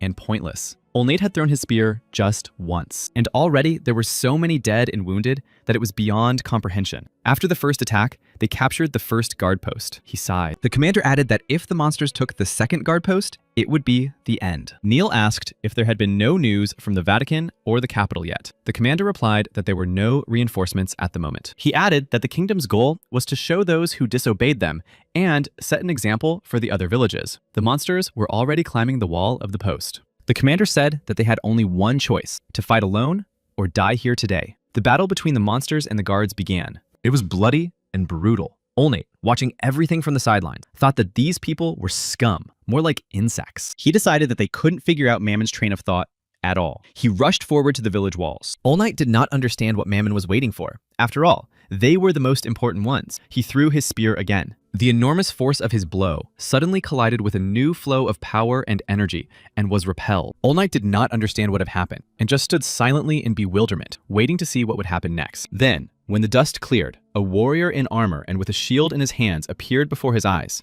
All Might recognized him. He laughed ominously and said he was glad that he was finally here. He had been waiting for the hero's soul to appear. Neil looked straight at the monster and seemed ready to attack. So, Sahaku walked alone through the mountains, unhappy that Lena and Raymond had left him. He said that these kids could and knew how to humiliate their boss. He decided that he seemed weak to them. A pack of dogs appeared before him. So Sahaku ignored them and only added that they resembled his subordinates. They always made him look like he was the embodiment of evil. He remembered how once at work, he had a big argument with his boss Wu about the plot of the game. He yelled at him that he didn't like it. He said he didn't want to just watch Manager Wu do someone else's job. They were standing on the roof of the building near the smoking area. The manager asked why. So Sahaku began to shake Manager Wu by the shoulders. The manager said that it wasn't even the most difficult order. That made him angry. So Sahaku replied that the manager was already busy with work in their team, but for some reason was still helping another team with his experience. He added that if something went wrong and the manager broke the schedule, no one would take responsibility for him. He decided that the manager wanted a promotion. He yelled at the manager, grabbing him by the collar, saying that the manager was doing work that was barely enough for one person. Then, a man came onto the roof. He saw what was happening and was shocked. He said to the two of them in bewilderment that he had just come to relax and smoke a cigarette. But looking at the situation, he apologized and hurried away, leaving Sahaku with his boss on the roof of the building. Sahaku let go of the man's collar and suddenly asked what he was doing wrong and why the guy had run away so quickly. Manager Yu replied that just because something was wrong didn't mean everything was fine. He said that Sosahuk was being foolish about the manager. Sosahuk looked at Manager Yu with a questioning expression on his face. He really didn't understand. He said that even if the manager didn't meet his personal standards, he would still remain a member of the team with them until the end. He asked if Manager So was going to disband the entire team and start all over again every time something like this happened. Now So remembered that. He sighed heavily and decided he needed to calm down for starters. He had always thought it was much more effective to remove those who were not suitable, but Neil was different. He was an irreplaceable talent for the group, and they had very little time. So Sahaku thought that it was time for the poor guy to move on. He had to do something. He stepped towards the village, thinking that attentiveness and understanding were not his specialty. His goal had always been maximum efficiency and achieving the best results. He had lived his entire life this way. And now, when it came down to it, his final bet was aimed precisely at this tank mage and healer, right here, right now. And then something changed, abruptly. His body began to tremble. He saw his sacred blade light up. So Sahaku didn't understand anything. The alert system announced that the sacred sword risk taker was responding to his determination. At that moment, Neil was already fighting his own battle with All Might. The monster said he had never seen an insect so determined. He was sure that the guy would die soon. He said that he had been expecting something special from him ever since he saw the look in his eyes. Neil did not answer the monster and only tried to repel all his endless attacks. All Might pounced on Neil and said that he was still weak. He was even getting bored fighting him. Neil was weakening. All Might asked discontentedly what the warrior had been doing all this time. He said that his heroic soul did not suit him at all. Neil was already almost unconscious, bleeding profusely. He understood that he could die right now. All Might jumped towards Neil, who was sitting on the ground. He began to tell him, swinging his spear, that this time he would make sure the guy died. Neil was already preparing to use his last ounce of strength to get up and repel All Might's attack, when suddenly, everything around him was illuminated by a bright light. He raised his head, not understanding what was happening, and saw Lena. The girl had arrived in time to help and was already using her magic spells from the book. She bought him time, and Remen was able to heal Neil. The notification system indicated that his strength, abilities, and mana were growing again. Remen ran up to the guy and asked if he was okay. Lena also came closer. Neil was happy to see the two of them and asked if Sosaheku himself had also come with them to help him. Lena paused for a moment and then replied that first, they should think about how to survive the night, and then ask about everything else. She asked how he thought they could defeat Olnayat, and if there was any way to do so. And then, as soon as she mentioned him, the monster appeared right in front of them and asked how they planned to attack him. He was completely unharmed after Lena's attacks. Olnay asked them all how they wanted to fight him. Lena couldn't believe her eyes. She thought to herself that her magical attack had not worked at all on Olnay. He looked straight into the girl's eyes and asked the mage who she was. Lena couldn't answer him. He looked at her again and said that her soul was completely empty. Lena didn't understand what that meant. She was scared. Then the moon appeared in the sky, and the girl suddenly felt sick. Neil and Raymond couldn't understand what was happening to her. They began to question her. Allnight simply added that it didn't matter to him. He added that today was the end for all of that. He looked closely at Lena and focused on her first. She was weaker than the others. Neil and Raymond stood next to the girl. Allnight shouted that he planned to destroy the entire village along with them. He swung his powerful sword in their direction. But Neil noticed it in time and raised his shield in a second. He understood that Allnight's attack would be very strong and tried to protect the others. And then he suddenly heard a man's voice telling Allnight that his laughter was already annoying him. Neil opened his eyes. He couldn't believe that Sosahaku himself had appeared before him, weapon in hand, and was already rapidly attacking Allnight.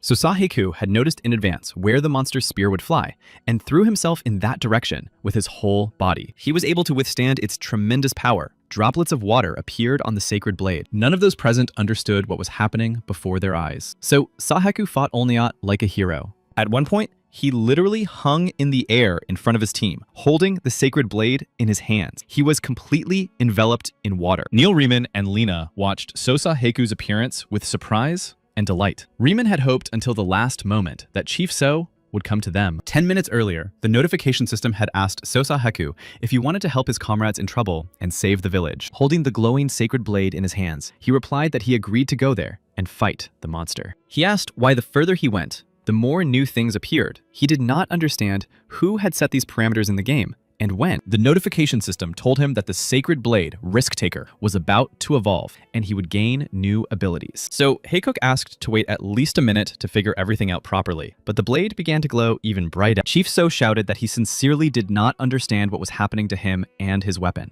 And then he saw a new message from the system. It said that a hidden effect called Saber Mode had appeared in the blade. The attack speed was increased by 150%. In addition, the commander's fall skill meant that Sosahaku would be able to anticipate and guess the enemy's actions with this weapon. The Deep Abyss skill also appeared, allowing the blade to absorb some of the damage when hit. The Waterfall skill redirected attacks, and the Water Slider skill was unlocked. However, there was one limitation to such powerful skills. Since the user lacked skill, because of this lack, the duration of all the blade's enhancements was limited to 5 minutes. The sword became an S-class weapon, and it was capable of further revealing its true form if it found a response from its owner. So Heiku held the sword in his hands, and looking at Allnight, he ordered him to fight him. He turned to his companions and asked them what the situation was. They had no time. He added that it was very urgent, and he needed to understand what they were dealing with. All three stood and looked at Sosahaku. Neil began his report by saying that the soldiers were advancing towards the last outpost, and this monster had lured him here. He said he wanted to help the outpost fight the monsters, but his hands and feet were tied. If he left Allnight, he could use his power, the same power he had already used when he attacked the village the first time. So Sahaku replied that they would have to destroy Allnight.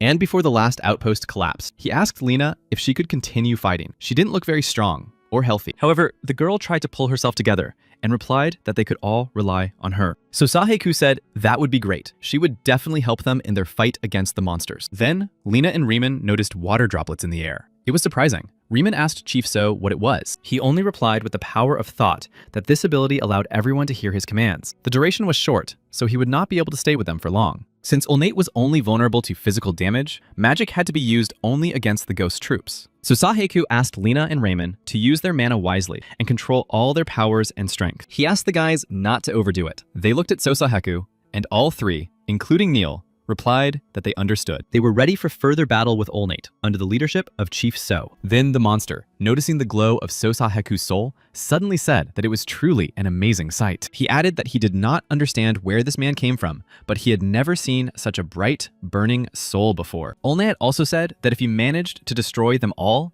he would finally restore his honor and regain Mammon's trust. In addition, he longed to regain the loyalty of other powerful monsters. He raised his weapon. He began to command his army of skeleton monsters from afar, who attacked another guard post. Allnight thirsted for blood and revenge. He shouted that he would destroy them all. The monsters rushed into battle. It was a nightmarish sight, and a grand battle between humans and an army of monsters. Then, Neil swung his powerful fists and launched an attack called a glove strike. He decided to help the outpost in the battle against the skeletons. They flew in different directions from his blows. Neil was a very strong warrior. He asked if there really was a strategy to defeat Allnight, because if they wasted all their strength here, it would be a disaster. Neil understood that then, everything would really come to an end. However, Sosahaku striking the army of monsters, only mentally replied that there was. He added that he had actually said earlier that their mage could be relied upon. Lina had already begun to read her spell, and the warning system announced that the mage's skill, Focused Fire Attack, had been activated. Seeing his soldiers burning,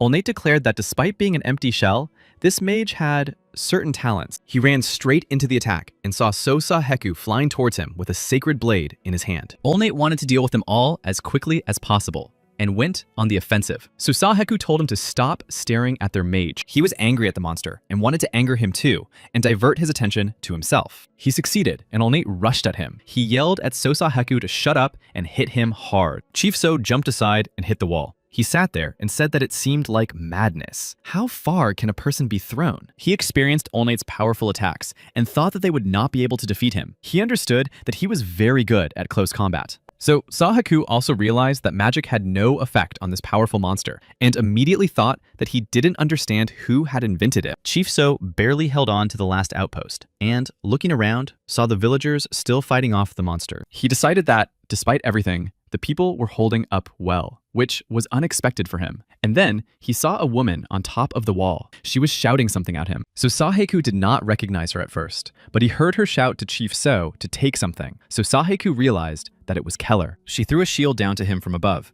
and shouted that she had seen Neil's shield break in battle with Olnate from the wall. She asked Chief So to give the shield to Neil. So Saheku grabbed it and heard something else. Keller said that he should also show Neil how beautiful and interesting it was outside the village. She smiled at him. So Saheku thought that Neil had survived all these hardships for a reason. He ran to him with the shield. On the way, he saw many skeletons burned by Lina's spell. The girl had done a great job. However, Raymond, who was standing next to her, saw how weak Lina was. It seemed that she had spent all her mana on this battle. Raymond kept asking if she was okay. At that moment, Olnate struck Neil hard. He fell to the ground. The monster looked at the hero and just smiled. He understood that everyone was weaker than him. Then, the warning system indicated to Lina that Olnate was targeting her. He wanted to remove the mage from his path. The next message from the security system was that Olnate was activating his skill called Destructive Duel. Lina understood that she would most likely not survive his direct attacks. Neil saw that Olnate was trying to attack Riemann and Lina. He thought that if he at least had his shield, he could stop him. And then he heard a voice. It was Sosaheku running up to Neil and telling him with his mind that he had something for the hero. Neil turned around, and Chief So threw the shield passed on from Keller's wall at him. Neil grabbed it and greeted Saheku. Looking at Neil, he added mentally that his friend Keller had given it to him. Neil smiled. Now he had a chance. He immediately used his shield flash skill without delay. A bright light illuminated everything around him. Olnate did not expect such resistance from these people and wondered where the light was coming from. Then he saw Neil. He raised the shield Keller had given him and distracted the monster from attacking Lina and Rema. So Saheku noticed that Neil had managed to attract Olnate's attention and that it was this guy who had protected the mage who was his target. He had heard earlier that he had helped Raymond fight the boss, and it seemed to be true. It was a mockery of the sword, this light emanating from the shield. It was the power of Michael, the creator god of this world. It was a unique attribute of the Holy Guard. And Neil differed from ordinary tanks in this respect, a noble spirit who was the first to enter the battlefield and sacrificed himself for his comrades. That was who Neil really was. And since Michael supported and blessed nobility, the special tanks were given the name Holy Guards. With Saheku, he saw that Neil had suddenly learned to use the power of light, even though he was not a religious person. He understood that this was a stunning sight and skill from the monster's point of view, and it was the best way to attract their attention. He jumped up to Neil and shouted at him to hold his shield so that together they could reduce Olnate's health during the attack. He ran closer and held out his sacred blade before attacking the monster. Neil continued to hold Olnate's attention with the glow from his shield, while Sosaheku delivered his powerful blow. The attack was effective, and they all saw the monster's strength and health halved. He roared in pain and rage, and in the next second, he jerked back and delivered his counterattack on Neil. So Saheku saw everything and was stunned by it. He realized that Neil was in even greater danger than he had initially thought. He was barely holding back Olnate's power. His health was at 30%. And Sosaheku didn't understand one thing. Why did Neil have such health? Riemann was supposed to control everyone and heal them in time. He mentally called on Riemann to answer what was happening and why he wasn't treating him. Riemann replied that he had another problem nearby and was simply confused. Lina was in very bad shape, but she didn't want to give up. She took Riemann by the shoulder and said that by making raids, the tank had to buy time for everyone. That was why she didn't need healing right now. She told Riemann that this was a crucial moment and it wasn't working for her. He listened carefully and didn't know how to leave her in that state, but he understood. Lena convinced him once again that she would be fine. Raymond agreed and began to use his shining healing tactic on Neil. Neil suddenly felt his body become lighter and his wounds heal. Raymond had truly grown in his abilities. Everyone could see it. So Haekuk also noticed how quickly Neil's health was improving thanks to Raymond's healing, and couldn't understand if it was all because of that old man. Their battle with the main monster continued. Olnate set out to take Neil out of action and threw him sharply to one side. He looked at them and said that they had no chance in a fight with him. He was the strongest monster. Olnate declared that no one could defeat him, either now or in the future. He mocked all these attempts. He added that soon he would clearly show everyone what he could do. Even insects stick together, but they are still small bugs. So Saheiku saw how Olnate used some powerful technique in his strike. He even had to cover his eyes with his hand from the bright light. When he decided to check the monster's health and strength levels again, everything finally loaded. The data was visible. So Saheiku now knew that the battle was entering its second phase. He decided that the guys had lost a little in this fight. However, Chief So decided that now it was a race against time, and if everything dragged on, they would all be destroyed. It was time to act. He removed the block from his blade, and the warning system said that the time for special skills to take effect was almost up. So Saheiku stood in horror with his sword in his hands, thinking only that he had not even properly instructed his colleagues before the second phase. And then Olnate created a kind of magic ball in his hands, and saying that they were all insignificant creatures, began to act. He was angry that these people had forced him to waste the soul he wanted to bring as a gift to Lord Mammon for new strength and health. He crushed it in his palm, and gaining strength, said that now they could not hope for a quick and easy death. So Saheiku and the rest of his team saw what it was. Olnate tested his soul-devouring skill, drinking its essence to the dregs. It was one of Olnate's most impressive skills. It transformed him into a terrifying state, increasing his attack power by 200%. This was precisely why he had sacrificed the soul he had previously captured. So Saheiku stood with his weapon in his hands and looked at the monster. He was the only one here who knew that the essence of this monster's skill was something else. He suddenly realized that Nyla was nowhere to be found and called out to him. He urgently needed to find the hero. He ran through the village and called out to him. Mr. So himself thought only that he could not allow him to die here now. On the way to the village, crowds of lifeless bodies lay on the outskirts, their souls torn from their chests. So Saheiku knew that in these circumstances, the worst memories that were close to the heart came back to life. Olnate demonstrated his power and cruelty and tested people's psychological endurance. So Saheiku knew one thing. In all this chaos, it was necessary to develop a plan. Raymond and Lena were standing by the building when they suddenly realized that they had appeared out of nowhere. Lena began to touch the stone walls around them and said she didn't understand anything. A minute ago, there were ruins here, and now the buildings had appeared on their own. She correctly assumed that this was also a special skill of Olnate. Then they heard footsteps and turned sharply in that direction. The villagers were walking straight towards them, as if trying to attack. They looked strange. Their eyes burned like zombies. Lena prepared to fight back. She had already cast her fire spell. Raymond was panicking, but he also understood everything. A minute later, they had already struck several strange people who were attacking them. Lena did not hesitate, but Raymond, on the contrary, constantly tried to calm her down and stop her. He still thought that these were normal villagers, but that was not the case at all. A minute later, the skeletons appeared in place of the people Lena had eliminated. Raymond understood everything now. These were the soldiers who had fled here. The warning system announced that these soldiers had died and that 2 out of 170 had perished. If these monsters were not completely eliminated, Olnate's strength and power would remain, and he would remain invincible. Lena and Raymond stood and looked at the bodies. They still couldn't believe it. Olnate disguised his soldiers as real villagers. He did it on purpose. After all, no one would attack a person they knew or cared about. It was cowardly and cruel. They understood that now it would be difficult for Nilu and Sohak. It would be harder for them to deal with Olnate because of this. The village was overrun with the monster's soldiers. Lena decided to take on these soldiers together with Raymini. They rushed forward in search of these skeletons. They had to eliminate another 168 soldiers. Lena asked Raymini if Neil would be okay if they went too far, and he couldn't heal him. At the same time, Neil stood on the battlefield with a weapon and shield in his hands. His gaze was fixed on the ground. The same photo was lying there again. The photo showed his entire family. He looked ahead and saw, as before, the ruins of the village after Olnate's attack. Rivers of blood flowed across the ground again, and the words of his mother, who kept asking what would happen if Neil did not return to the village, began to resurface in his mind. Her voice kept repeating that she was probably a bad mother. She always blamed herself for everything. And then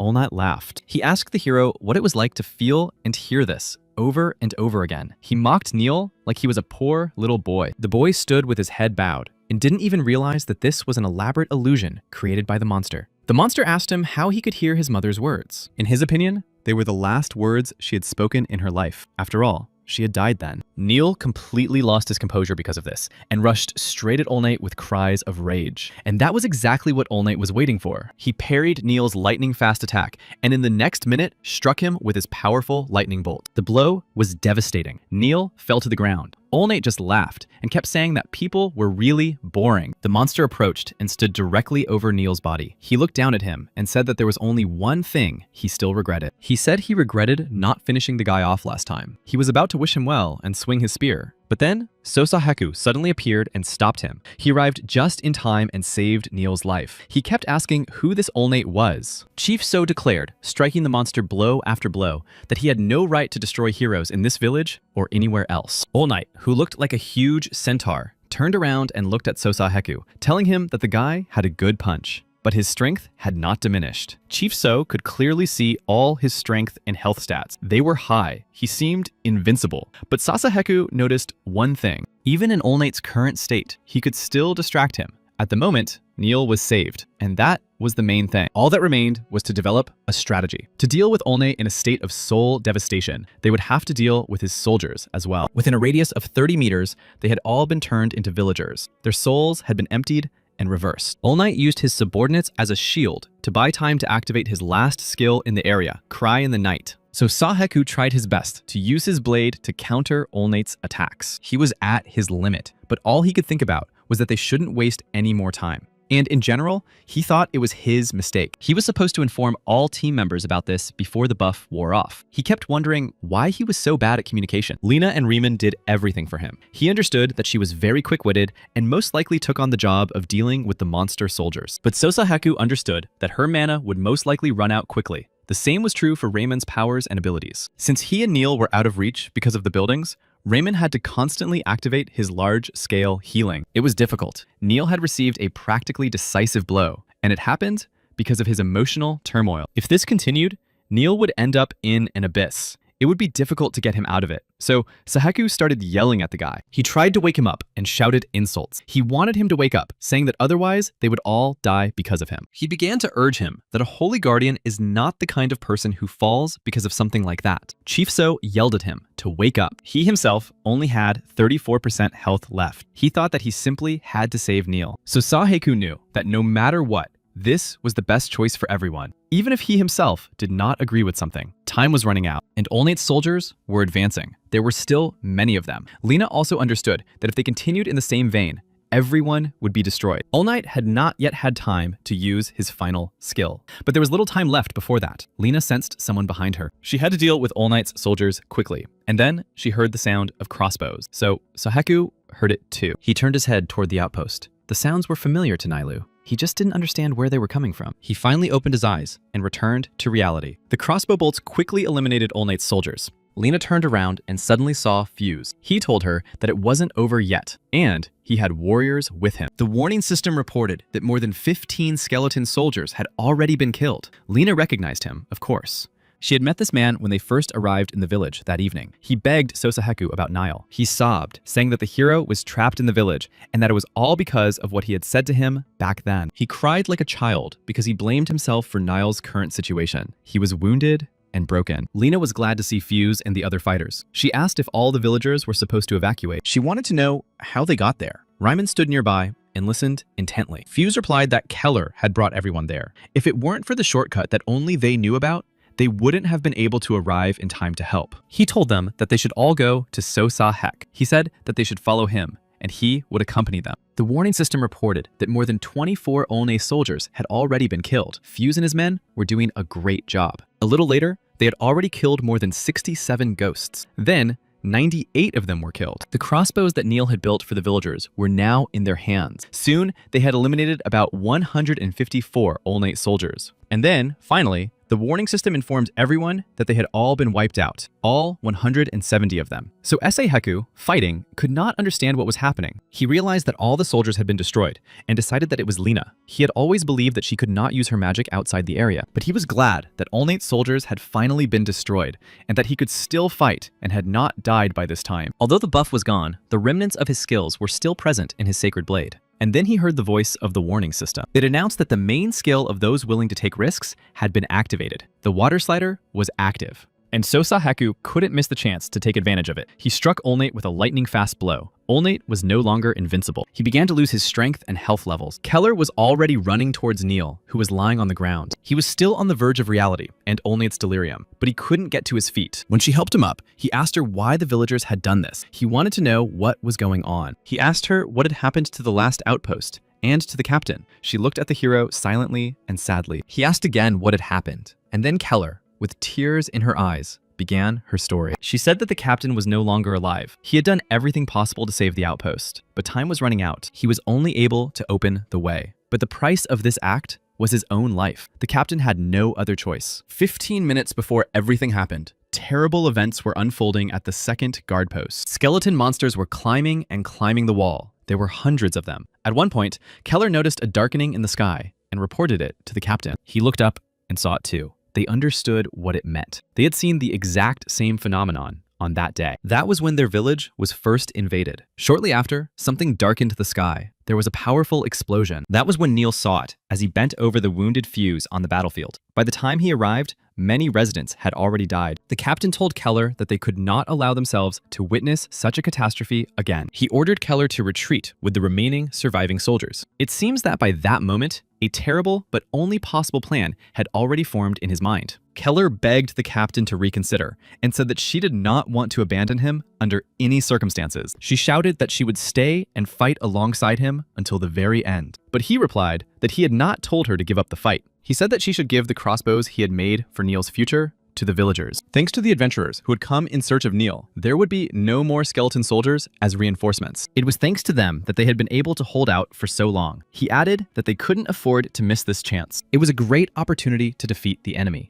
and now was the time to carry out the final operation. He handed her a piece of paper, saying that it contained the last mission. Keller cried. She took the message from the captain, realizing that she would most likely never see him again. A gong sounded, and the captain ordered the soldiers to leave their posts and retreat with Keller. The archers were to maintain their formation, and then also retreat from the walls. The skeleton soldiers continued to climb up. The captain informed everyone that this was their last operation. He ordered everyone to gather at the entrance to the village gate. Keller was already running to the shelter with the soldiers. She said that all the residents who had trained with Neil had received crossbows. She cried uncontrollably, realizing what the captain was about to do. His last words to Keller were an appeal. He said he hoped she would be able to read his letter. Then he lit the fuse with his torch. The captain then said that this meant he had struck a blow against the men outside the walls. There was a loud explosion. He also said that when he saw Neil training every day and teaching the villagers how to shoot crossbows, he didn't believe in it. The captain thought the guy was stupid and naive, but now he understood that all hope rested on him. The wall collapsed. The captain had always thought that farmers who had never seen a battlefield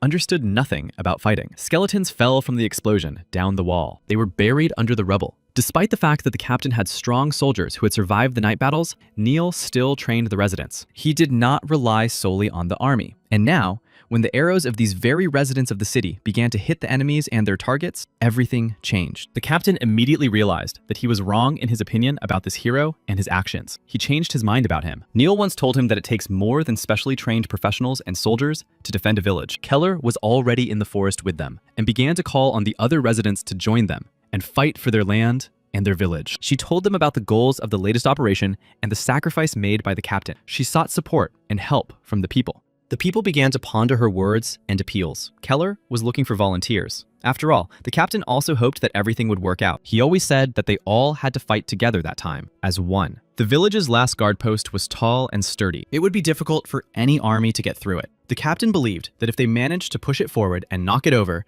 it would become a powerful weapon. They could then easily crush the remnants of Olnate's skeleton soldiers with the help of the guards. He ordered all the warriors to move forward and not to hesitate. He believed that when someone like Sosa Heku came to the rescue, They had to make a decision, and it was necessary to quickly cross the front line they had been holding. At that moment, it was Fuse who was the first to raise his hand as a volunteer to fight the enemy, and all the villagers followed him. The captain believed that together, with their combined efforts, they would be able to defeat the enemy. Because Neil had been working hard on it all along. He read all this in the letter the captain had given him. Keller was nearby. The captain's words and message deeply moved Neil. Keller told him that everyone who had come here had nothing left to lose. Some had lost their entire families that very night during the first attack. Some had lost an arm. Some even lost both legs. But that didn't stop people from believing that they could defeat the enemy. They decided to fight for their future. Keller said that the crossbows he made for everyone were wonderful because even those with physical difficulties could use them. Keller looked at the hero and held out her fist. She said that they should try again to do everything right. And together, Neil, with tears in his eyes, just smiled and held out his fist too. He understood that they were a team and all the villagers were now with them in this battle. Now, everyone had hope. And then, standing up, Neil suddenly felt a change in his body. He didn't understand what was happening. He felt his heart pounding. He bent over and tried to catch his breath. All he could think about was defeating All Night. He didn't want the villagers to suffer again. So Saheku was still trying to fend off the monster's attacks. His strength was running out. He thought to himself that when everything was settled, he would like to reunite with his team and start communicating with them again. Lena and Raymond were also trying their best to fight off the enemy. Then, a bright light envelops the hero Neil. He closed his eyes. The words that a tank should not turn in a circle with its back to the enemy came to his mind. He opened his eyes and saw a notification window. It said that the event had been triggered. The Holy Guard's insight now illuminated a bleak future. Everything had changed. The monster Olnate himself couldn't help but notice this bright light. He was distracted from his battle with Sosaheku, and they both looked in that direction. At first, Chief So couldn't understand what the glow was, but then he began to guess. He decided that he had seen something like this when Reima awoke. And Sosaheku decided that most likely, Nilu had also undergone such powerful changes. All Night was angry and just yelled at everyone that humans were worthless, just like this hero. He told Sosaheku not to dare crawl under his feet anymore. His powerful blows reached their limits, and Chief So had to cover his ears with his hands from the wind and the monster's voice. All Night began to say that humans were nothing more than weak, worthless creatures. He despised them all. He jumped up to Sosaheku and told him that he deserved to be used as material for the Lord of Mammon. And then Sosaheku noticed that All Night had stuck his spear into the ground. This was bad. It was a move before he launched his final skill. So Saheku decided that there was still time and that they should all just keep going and hold out a little longer. He didn't know how to block a skill that dealt thousands of damage. He understood that Neil, who had never left his village, didn't know how to do it either. The hero had only been outside the district once during his class awakening. He did not have the skills to damage such a large area. All Night began to speak, calling for a dawn as black as darkness. He used his final skill, called Cry in the Night. So Eseheku understood that this was most likely the end. A huge bluish ball appeared above the ground, ready to explode and wipe them all out. So Eseheku was angry and rushed towards All Night with his last ounce of strength. He wanted to stop him somehow. All Night began to say that resistance was futile. And then, in an instant, everything really changed. The black darkness in the sky was replaced by bright sunlight. Neil himself flew down from the air toward All Night, shield in hand. He struck the monster hard. The shield shattered into pieces, but the monster suddenly groaned loudly. It felt the damage. Neil suddenly thanked everyone for waiting for him. He was now ready to do everything he could. So Sahaku replied discontentedly that he could have come earlier, but he himself understood that this was how it was supposed to happen. And then Neil, continuing to attack All Night, asked Sosaheku if he could ask him something. Helping him in his attacks on the enemy, Sosaheku replied that it was not quite the right situation. However, he was, of course, ready to do whatever Neil asked. Neil flew towards All Night and said that all he wanted was to hear the real reason why Sosaheku himself was fighting the monster. So his boss didn't like this conversation and found it inappropriate given the critical situation. He reminded Neil of this. All Night ordered the two of them to stop arguing. Their noisy chatter annoyed him. The monster was still more powerful and stronger than the two of them. They all knew that. However, All Night was no longer invincible. He struck Sosaheku hard, leaving him with less than 1% of his life remaining. Neil saw how strong All Night was and tried his best to resist his attack. Lena came to their aid with her magic. Raymond also tried to heal the heroes. In addition, the villagers stood behind them. They all arrived in time to help, just like Neil. Raymond immediately began to heal Sosaheku. He added thousands of health points to him. He was getting better and better. Neil felt the same way. He was also quite tired from fighting All Night. So Saheku once again wondered why he was fighting. He saw that the monster was ready to use its final skill on them. And then he replied that he wanted to be honest, both with his colleagues and with himself. All these questions related to the conquest of Mammon, the question of world peace, and so on. These things did not concern him. He rushed back into battle with All Night, seeing his strength and health dwindling. So Saheku thought about the question again. He knew the answer. He simply wanted to go home. All Night snapped his fingers and used his final attack. An explosion thundered. So Saheku replied that he wanted to go home because his family was the only thing waiting for him there. And then something happened. Keller and the others didn't catch anything. The woman kept looking at her hands. Everyone asked her if it was true that they had just been attacked. No one understood why they were all alive. Everyone was asking the same question. Then, Leah and Raymond looked up and were stunned by what they saw. So Saheku couldn't believe his eyes either. He had never seen anything like this before. Neil stood right in front of a sign that said Holy Reflection had been used. The alert system said that this skill unconditionally protects all forms of life within the Allies' reach. Neil turned to everyone and clenched his powerful fist. He said that if you are the head of the family, then he also has this sign. He heard Sosaheku's words. He was still in shock from what he had seen on the ground in front of the window of the Holy Reflection. The system announced that Neil had voluntarily joined Sosaheku's group. He had become a member of his team. The SO chief replied with a smile that if the guy had such a skill, he should have mentioned it earlier. But Neil replied that he had only just learned this skill. It was the first time he had done something like this, and it seemed unfamiliar and new to him. He added that after meeting Keller, a notification appeared and he confirmed it. The system notified Neil that he had received an ultimate skill called Holy Reflection. He had never seen it before, and of course, had never used it. He added to Chief So that they had little time left. He said they could move forward and smiled broadly. He was ready to follow Sosaheku. The latter suddenly knelt on the ground and bowed his head before Neil. It looked unusual. So Saheku knew that countless skills had been developed for each class in the game. The Holy Reflection skill could be acquired through enlightenment or gained after patience or hardship. The acquisition model that allowed the player to obtain various skills depended on the accumulated experience. That was the idea, and it was proposed by the very same manager at Sosaheku named Wu. It was a complex and interesting skill design, but Wu's colleagues, whom he always helped at the company, helped him. In the end, they were all able to make the desired skills in this game possible. So Saheku had no idea it would turn out this way. He remembered telling him that he was probably joking and that it was impossible. He was angry, as usual. He added that he didn't know if this idea would help Manager Wu get a promotion, but he was doing all the work. He remembered arguing about this with Manager Wu on the roof of the building, saying that Manager Wu was doing enough work for one person. Now, Sosaheku understood that the things he had always looked down on and ignored had already saved his life twice. He rushed back into battle with All Night along with the others. He thought it was ironic. They struck the monster blow after blow, and it began to howl in pain. It was losing its strength and health. Neil also arrived in time, and while Sosaheku attacked the monster from the side, he defended himself from its blows with shields in close combat. So Saheku was determined to win. He knew that his goal of recruiting the best tank to the team had come true. Now he had to free the village from the monster. He remembered how he had clashed with the managers at WU, and until his death, at work, they could not find common ground. He struck Olnayet again with these thoughts. Olnayet groaned again, and Saheku saw his strength and power diminish in anger. He thought about how the reason Manager Wu took on everything was foolish. He took on other people's work, and the foolishness was that it was the only way for him to survive. They constantly argued with Manager Wu about this, but in the end, the game development schedule